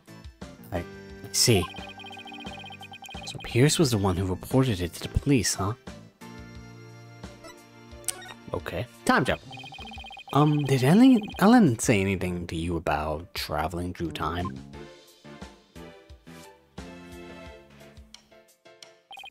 She must have been delirious. There's no need to take such a claim seriously. Soren himself said that time travel was possible, though. Master Soren said that. It sounds like he's still stuck in the past. But he's psychologically stuck, I take it. He's getting a phone call. You gonna pick that up? Excuse me.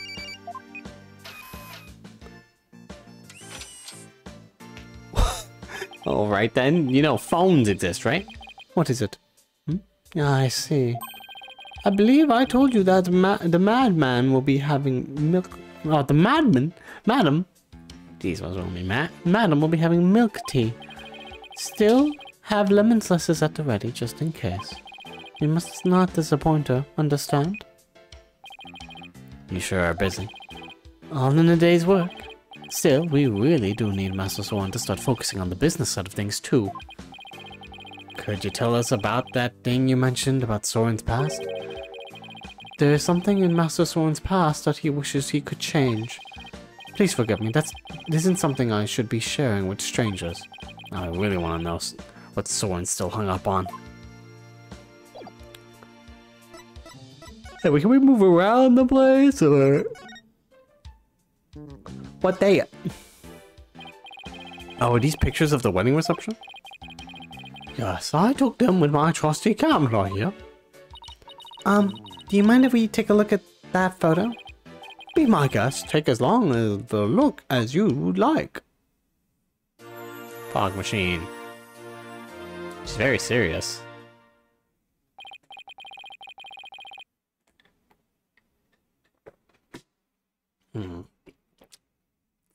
Oh, there's the butler there in the back. And that's about it. Can't see anything weird so far, except she doesn't have. She doesn't have the charm around her neck. I guess she just the pendant. She probably has it in her pocket or something. Well, what do you think of this gorgeous dreamscape? A thick fog bellows across the room, making it look like as if the couple were walking on clouds.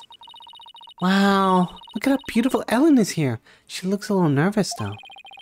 She does, doesn't she? Hey, look! There's Pierce. Really? Where? Right there, behind the sweetheart table. Yeah, there he is. Game pointing it out to me as well, just in case I didn't see. Hey, you're right. But he was there attending to the happy couple the whole dinner. So, what do you think, Nick? Does anything in the photo stick out at you? No, not at the moment. Anyway.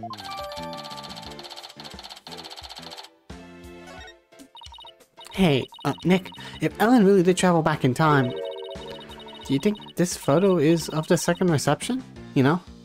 After the time jump? I wonder. Excuse me, sir. Yes, can I help you? Ellen told us she traveled back in time. Would you happen to know anything about that? No. I have the foggiest idea what you're talking about. They paid me. I cannot. I'm leaving. He climbed up faster than a clam. So maybe they were paid to pretend to have a wedding reception again? Nick! Look at that airplane propeller up there going round and round. See, they've got an aviation theme going on. Makes sense for an entire airline family. Wonder if it doubles as a fan. Oh! What if the rest of the plane were on the other side of the wall? and the wall would open up so the plane could take off in an emergency. How cool would that be? Emergency of what? If that's what's behind the propeller wall, then what's behind the bull wall across the way? Oh, I know. Maybe it's the rest of him. That must be where the sprockets get their milk. Nick, first of all, that's a beef cow. And second, bulls don't make milk. Oh, right. That's what I get for trying to play along.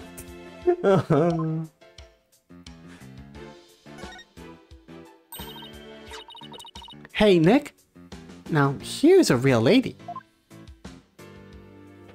Oh, yeah, she's a cutie. She looks smart as a whip, doesn't she? I wonder who she is. We didn't see her on the airship. That's Selena Sprocket, Soren's elder sister. Beautiful and capable. She was a great lady. Soren's sister. I think I see the resemblance. Maybe I'll show Pierce the photo later and ask him about her. Also was? Uh oh. She passed away? Tragic if true. What this? Excuse me, but there's a card here on the floor? Hey, look at that. It's a Flying Chapel key card. The Flying Chapel? What areas on the Flying Chapel require a key card, if I may ask? Mostly areas we want to keep the public out of, such as the staff room and the hold, which is chock full of machinery. So you can't enter those areas without a key card. That's right. This one here belongs to Ellen. Wait, what's Ellen's key card doing here? Did Ellen come back here after the incident occurred? I don't believe so. And she was arrested by the police straight away this morning. Although there was a strange man with a gaudy jacket in here earlier. Is that man wearing a beret by any chance? Yes, he was. As a matter of fact, he was also wearing sunglasses and a fake mustache. Yeah. Hey, Nick! I knew it. The only question is, what was he doing here?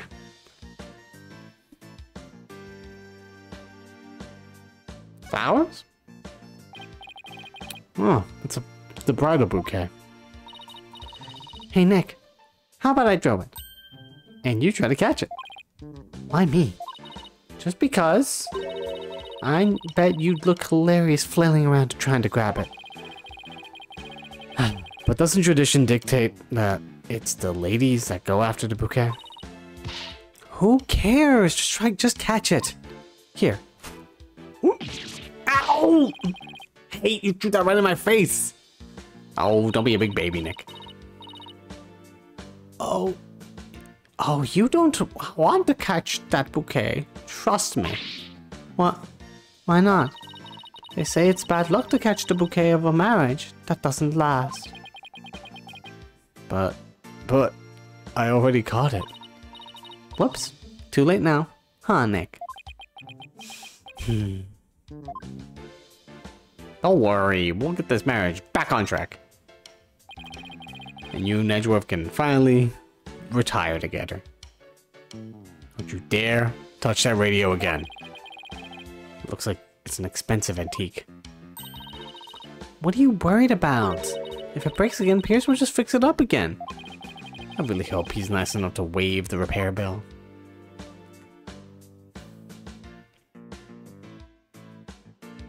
Bull. A bull. Come to think of it, there was a bull logo on the side of the Flying Chapel too. The president of the company must have a thing for cattle. The bull is a symbol of the Sprocket aviation. To be as strong and steady as a bull. That's the company's creed, you know. Probably for all the back-breaking labor they put their employees through. Got him! By the way, that bull logo on the Flying Chapel, the one with the rainbow wings. His name is Rainy the Rainbow. Get it? I get it. He's a rainbow-colored bull, so he's a rainbow, right? Yeah, we all got that. What a memorable name, huh, Nick? Yeah, for the lameness of the pun.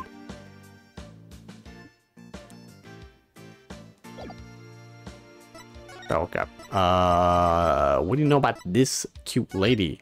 And if she's still alive, is she single? Pierce, the woman in this photo is Soren's older sister, Selena, right? I don't think we've met her yet. Yes, about that. He seems hesitant all of a sudden. If you wouldn't mind, could you tell us about her? Alright. Very well. She's a big part of Master Soren's past, after all. Soren's past.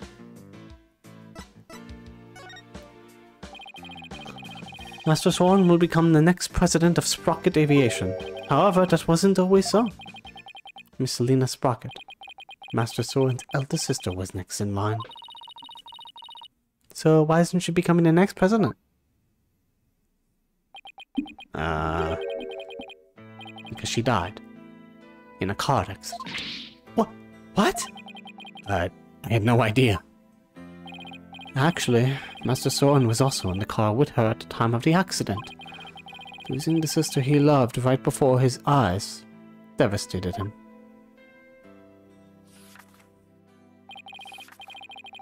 Ever since then, he's buried himself in his research on time machines.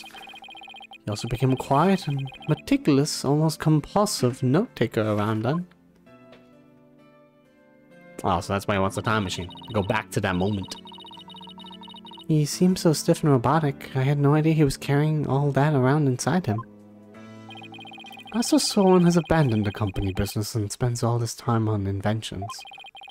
And as the family butler, I'm truly concerned. I believe it is high time he let go of the past. Larry? Hey, Nick! What are you doing here?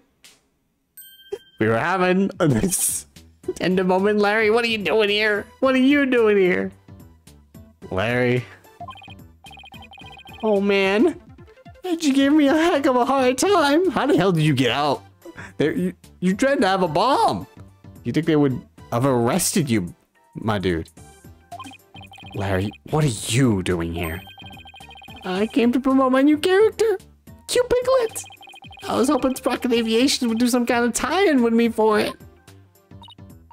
Wow, I didn't know Larry was such an aggressive businessman. You could learn a thing or two from him, Nick. Why don't you promote your agency to them? Now is not exactly the time for that, in case you haven't noticed.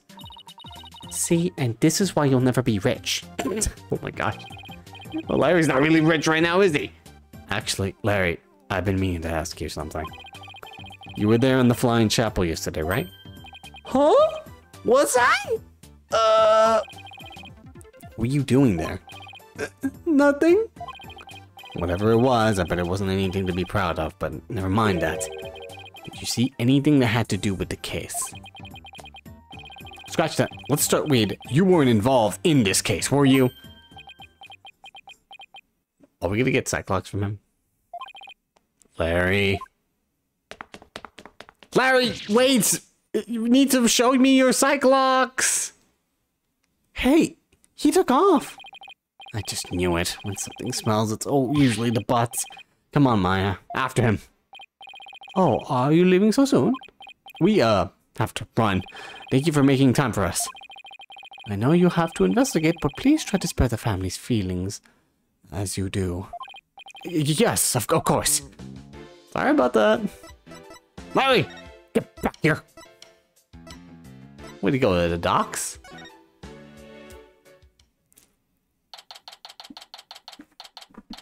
September 21st. There he is. Hey, Larry! Hey there, friend. Fancy meeting you here. There's nothing fancy about it. All we did was follow you. So tell me, Larry, why did you run away like that? Huh? Me? I don't know what you're talking about. A bolt of inspiration from my new picture book hit me and I had to run is all. It was like a epiphany. You dig? Right. He's just gonna keep on playing dumb, isn't he, Nick? Okay. Larry, I'm here to return this to you. I found this in the reception hall. Say, that's a pretty stylish wallet, ain't it? Have you ever seen it before? Nope. I'll take that as a yes, which means he must be trying to hide something from me. I don't know anything about that wallet. I'll just have to take him to task later.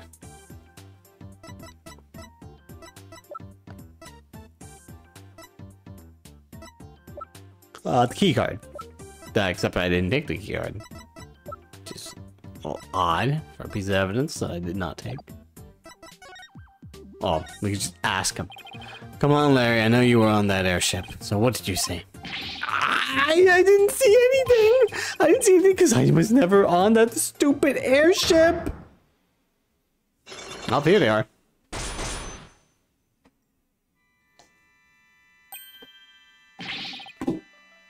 Cyclops.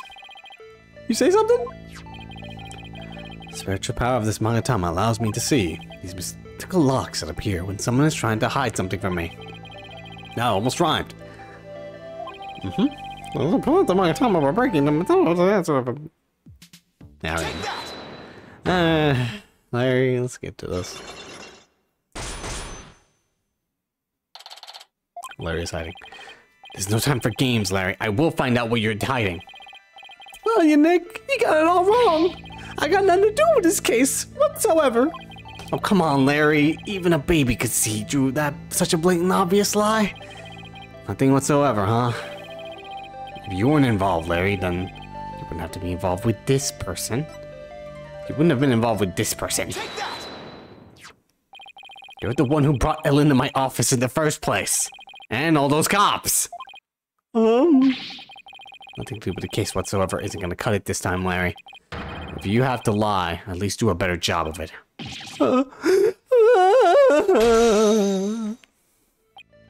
Don't diss me, Nick! If you're so convinced I'm lying, then let me ask you this. What makes you think I was on that stupid old airship anyway? I want to see some proof if you've got any! Doubling down, are you? Fine. You want proof, Larry? Here's proof that you were on that airship. Here's your business card wallet, Larry. Uh-oh. This is your business card wallet, isn't it, Larry? I found it on the reception hall. Time to come clean, Larry Butts. What exactly are you hiding? All right, fine. You got me. I'll tell you everything.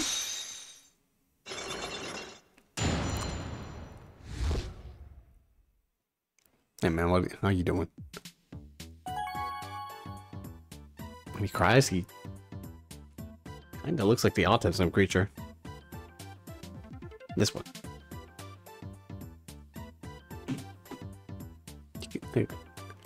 Alright, what you saw on the airship.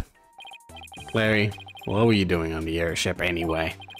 Well, I went to deliver the welcome to our wedding sign they ordered from me. Huh? I didn't know you took on real jobs like that too. Well, for your information, my wedding welcome signs are very popular on the net. And that's how you met Ellen. Uh-huh.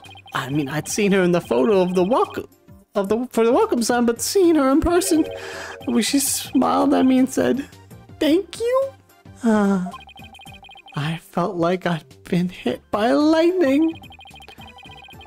And that's when you fell in love with somebody else's bride, huh? Oh, come on, man. Come on, man. So were you invited to the reception?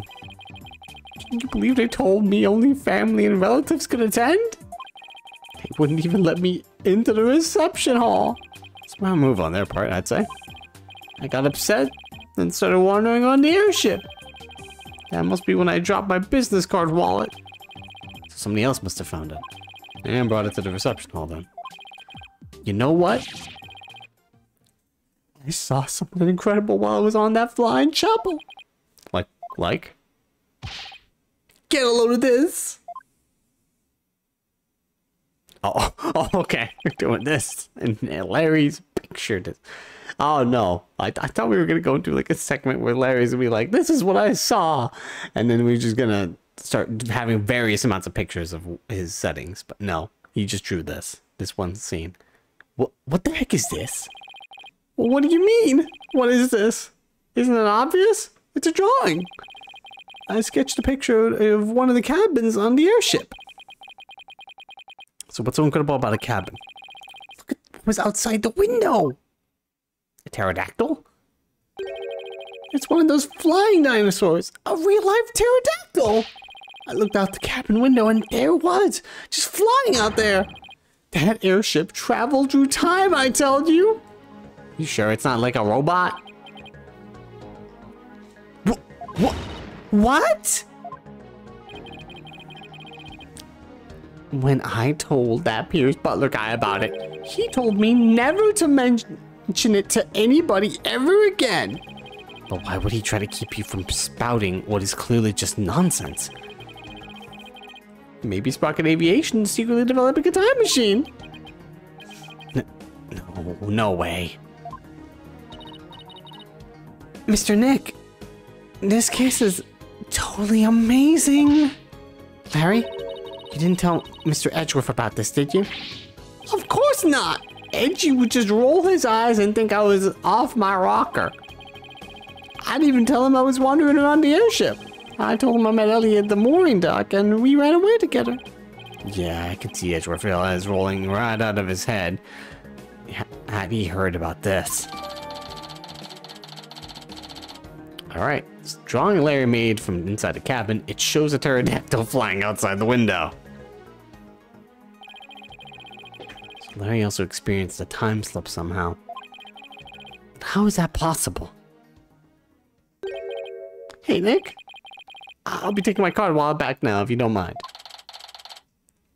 Quick business card wallet swiped back by Larry. Oh yeah, this is for you. What is it? It's not a photo. It's a picture of the hold. It looks like when I was wandering around the airship. See? See, there's Ellie right there in the middle. The hold? Yeah, see? Right here on the diagram.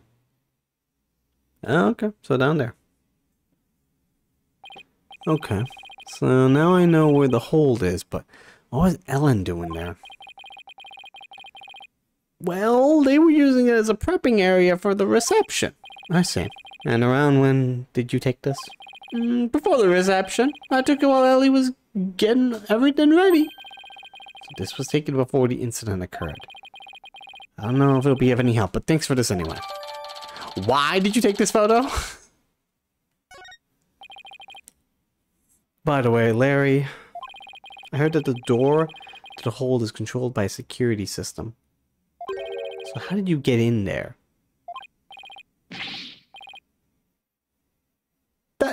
That's a trade secret. I can't tell you. And the hits just keep on coming. I guess that's basically a wrap on the investigation. Not quite, Nick. I want to meet Ellen too.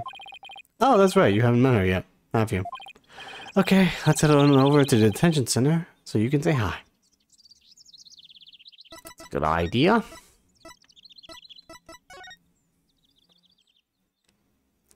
Ow.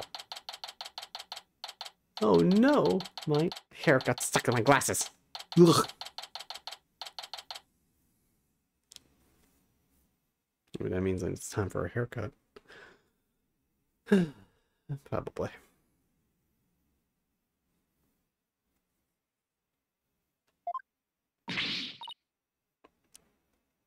No way! Why?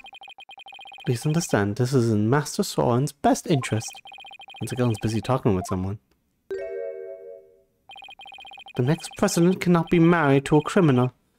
It would disgrace Sprocket Aviation. Miss Ellen, I need you to forget about this marriage. Pardon us. If it isn't Mr. Right. So, the marriage is definitely off? There is no other choice. We cannot have a criminal in the family. For the sake of the Master Soren and the Sprocket family, this is what is best. No. In that case, what if Nick here proved Ellen's innocence? Then you wouldn't have a criminal in the family, right? Oh, true. I suppose you're right. But I'm afraid that would be impossible. That's not true. Not for Nick. He may look like a nobody, but he can do some pretty amazing things. I look like a nobody? Look at his spiky hair. How nobody is that? I don't take cases on lightly, so rest assured I will prove her innocence. Mr. Phoenix Wright, I understand your name is quite well known in the judicial world. Yeah, he's famous. For better or for worse. Pierce, I want you to promise me this. If I can prove Ellen's innocence, then you won't stand in the way of Soren and Ellen's marriage. Very well. But not even the most talented lawyer in the world can change reality itself.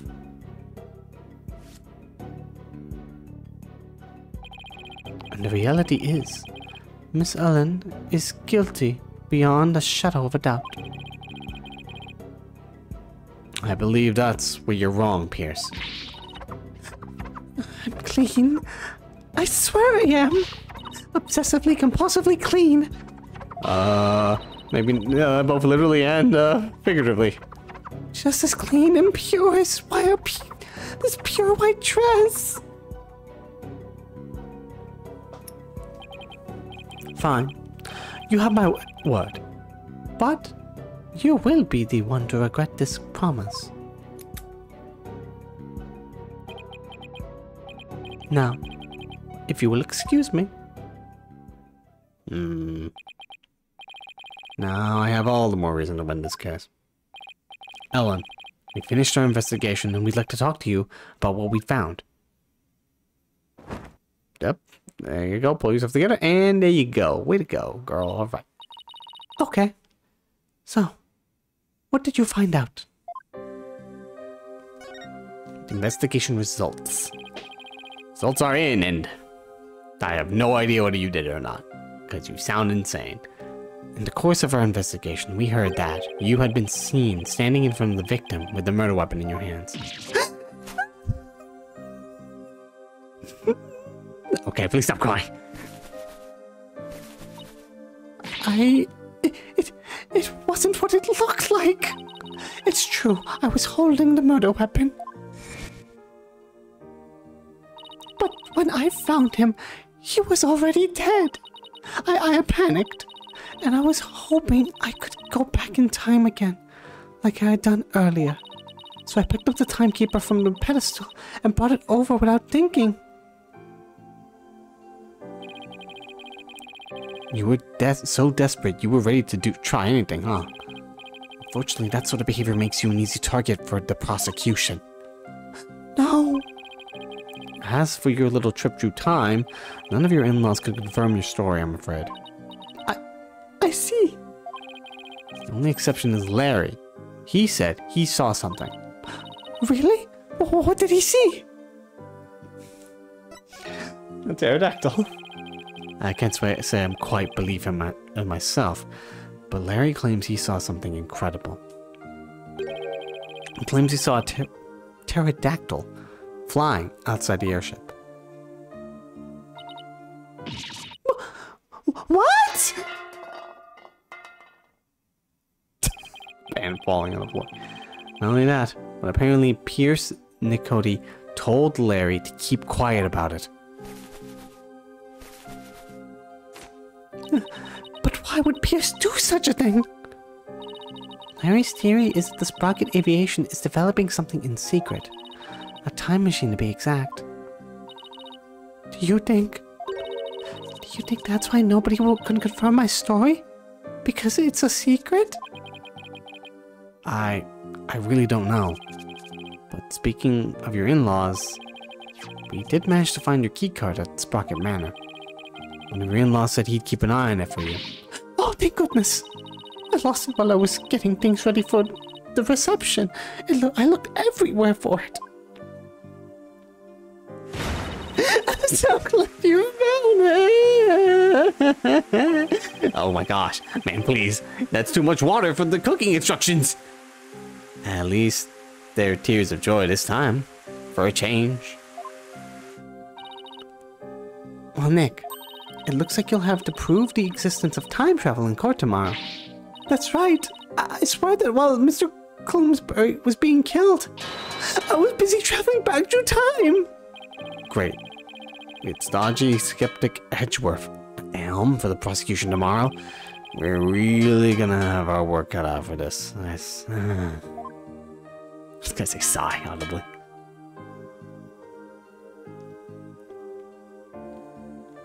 To be continued.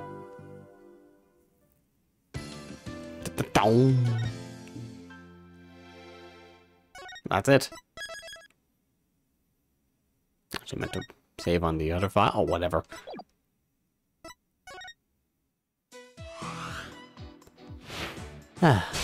That's that. Well. Okay. A lot happened. Interesting case so far. You know, the idea of time travel, which I doubt really happened. I know there's a lot of crazy stuff in this game. Spirits, sleight of hand magic, but spirits is usually where the craziest stuff happens. I don't think time travel is going to be a real thing, but I don't know. There was that one man who was like, you know, I don't know what you're talking about that. He was very suspicious, so obviously some people are in on it, maybe? I don't know. I don't know why this one guy died. I don't know what was going on exactly. We'll see. But yeah, today we finished the 5th case, and now we're on the special episode. I'm gonna try streaming this tomorrow. We'll see. And that's about it. Thank you everyone for coming on.